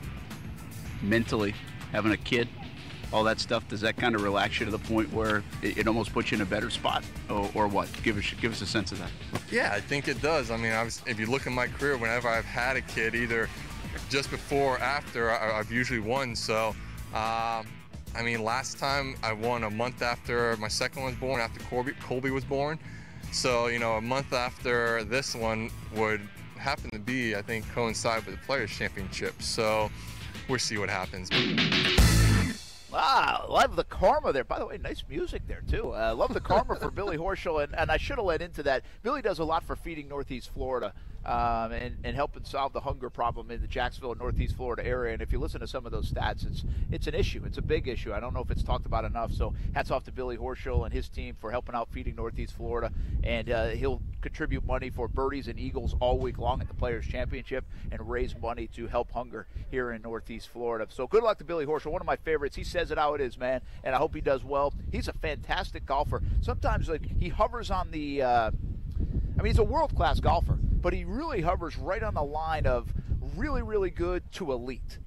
And I'm telling you, he's there. I mean, he can get there. And at stretches, he's elite. But the consistency sometimes isn't there for Billy Horschel. We'll see how he does. Hey, you know who else I talked to today? Who's that? You ever hear Jack Nicklaus? Yeah, I used to play his Golden Tee edition in sports bars. He has. Yeah, absolutely. Right? He's a pretty good golfer. Jack Nicklaus was in the media center today because they have this new initiative called #PlayYellow, and it has to do with the Children's Miracle Network. And he has long supported hospitals from Columbus, Ohio, all the way down to the state of Florida and wherever he stopped in his golf life. They told a fantastic story about a young man he befriended back in the 60s. He used to call at the hospital when he was sick, and he would call him about once a week. And Jack won a tournament like a week, one of those weeks. Sure. And the young man, Craig Smith, I believe was his name, and he called Jack. When they called and talked that day, he said, you know why you won? You won because I had my lucky yellow shirt on. And 15 years later, Barbara Nicholas told the story today. She said 15 years later, the young man had passed, but at Augusta in 1986 on Sunday, he was rummaging through his clothes and trying to figure out what to wear on the last day of the Masters. Sure. And he pulled out this yellow shirt, and Barbara said, "That's the one you have to wear. You got to wear that." Well, he ends up winning the Masters at the age of 46 years Amazing. old. The story became popular then, but pretty cool thing. Well, they've come up with all that, and all they've done for the hospitals across America and for kids across America, this new initiative where they're trying to raise $100 million over the next 5 years and tying golf into it and the PGA Tour into it as well. So after he was done with that, he was just kind of hanging around, and I'm like, I don't know if we're supposed to talk to Jack Nicklaus or not, but I'm going to jump in here real quick. And Gary Smits was over there as well. And so we jumped in and take a listen, talking about the move from May to March. Also a little bit about this #PlayYellow campaign that Jack Nicklaus and his family have. And also about his legacy. Here's Jack Nicklaus earlier today. You got an advantage by being in one location, also being in a town where this can be the dominant feature of the town. You know, until the football team, of course, you got a little bit of a dominance for that. But still, this is over before football season. It's not, so you've got that thing, and you've got the reoccurrence of it coming, back to that kind of a situation. I think that's pretty important. Your thoughts on moving into March? I think it's much better for the tournament. Yeah, because now you'll bring weather in as an element of the tournament. I think weather is a great element to have in a tournament. Such a legacy in the game, but for your family, how much of a legacy will you hope this is and can be? What, to play yellow? Yeah. Well, I think it's kind of neat that the tour is. We approached the tour with Children's Miracle Network, and they're on board to wanting to try to raise money for kids, and virtually almost every town that you play in, whether it be the regular tour, the senior tour, the web.com, they all have children's hospitals. So there's 170 Children's Miracle Network hospitals. So the network of being able to raise money, and the money stays in the town. So it's really, it's a natural. And I think the goal of 100 million, I think we'll reach that fairly easily. I think, because I think we're going to, with the tour support behind it. Tour's pretty good at pushing things, making things happen. They do a good job of that. Dustin Johnson just walked up to you and said hello. All the young players, this great generation of golfers, it seems like you have contact with them, and they want to have contact with you. How important is that for you? Most all of them. Yeah, we got 30 of them members at the Bears Club, so I see them all the time, and that's kind of. That's Jack Nicklaus earlier today. I had a chance to catch up with the great Jack Nicklaus. It's really cool, and I did mention that. I mean, he is always in contact. Dustin Johnson, Justin Thomas, on social media even. I think it's his team. I'm not sure it's always Jack tweeting away, but he congratulates all the winners. It's so important to the game to keep that connectivity, I think, and it's a really, really cool thing. And, I mean, it's a really, really cool thing to see Jack Nicklaus. I mean, one of the greats in all of sports. Without a doubt. All right, time to make the picks. What do you got? My sleeper. So my whole theory was behind, I looked at the players' faces, and I said, what guy can I go with to the green room, have a beer, play some ping pong? Tommy Fleetwood coming in hot. This guy can play a good 18 holes of golf and then go have a beer with me. Looks like the long-lost Avett brother. I'm taking Tommy Fleetwood as my sleeper. That's your sleeper. What's your favorite? Justin Thomas, because his name sounds important. Okay, what about you, Coos? So Nicole says her sleeper is Cameron Smith, so that's who I'm going with. How about a favorite? My favorite, I'm going with Billy Horschel because of the kid theory. Ah, very good. I like it. Yeah. All right, I'm going with Dustin Johnson as my favorite, world number one, and I'll go with Shane Lowry as a sleeper pick to win the Players' Championship. How about that? Hey, that's going to do it for a Wednesday at the Players' Championship. What a day we have in Jacksonville tomorrow. 1 o'clock, Nick Foles gets introduced. 1:27, Tiger Woods tees off at the Players. That about sums it up. For Coos, Austin Lane, I'm Brent Martineau from the Players. Have a good night, everybody. See you on TV. ESPN 690, Sports Center Update.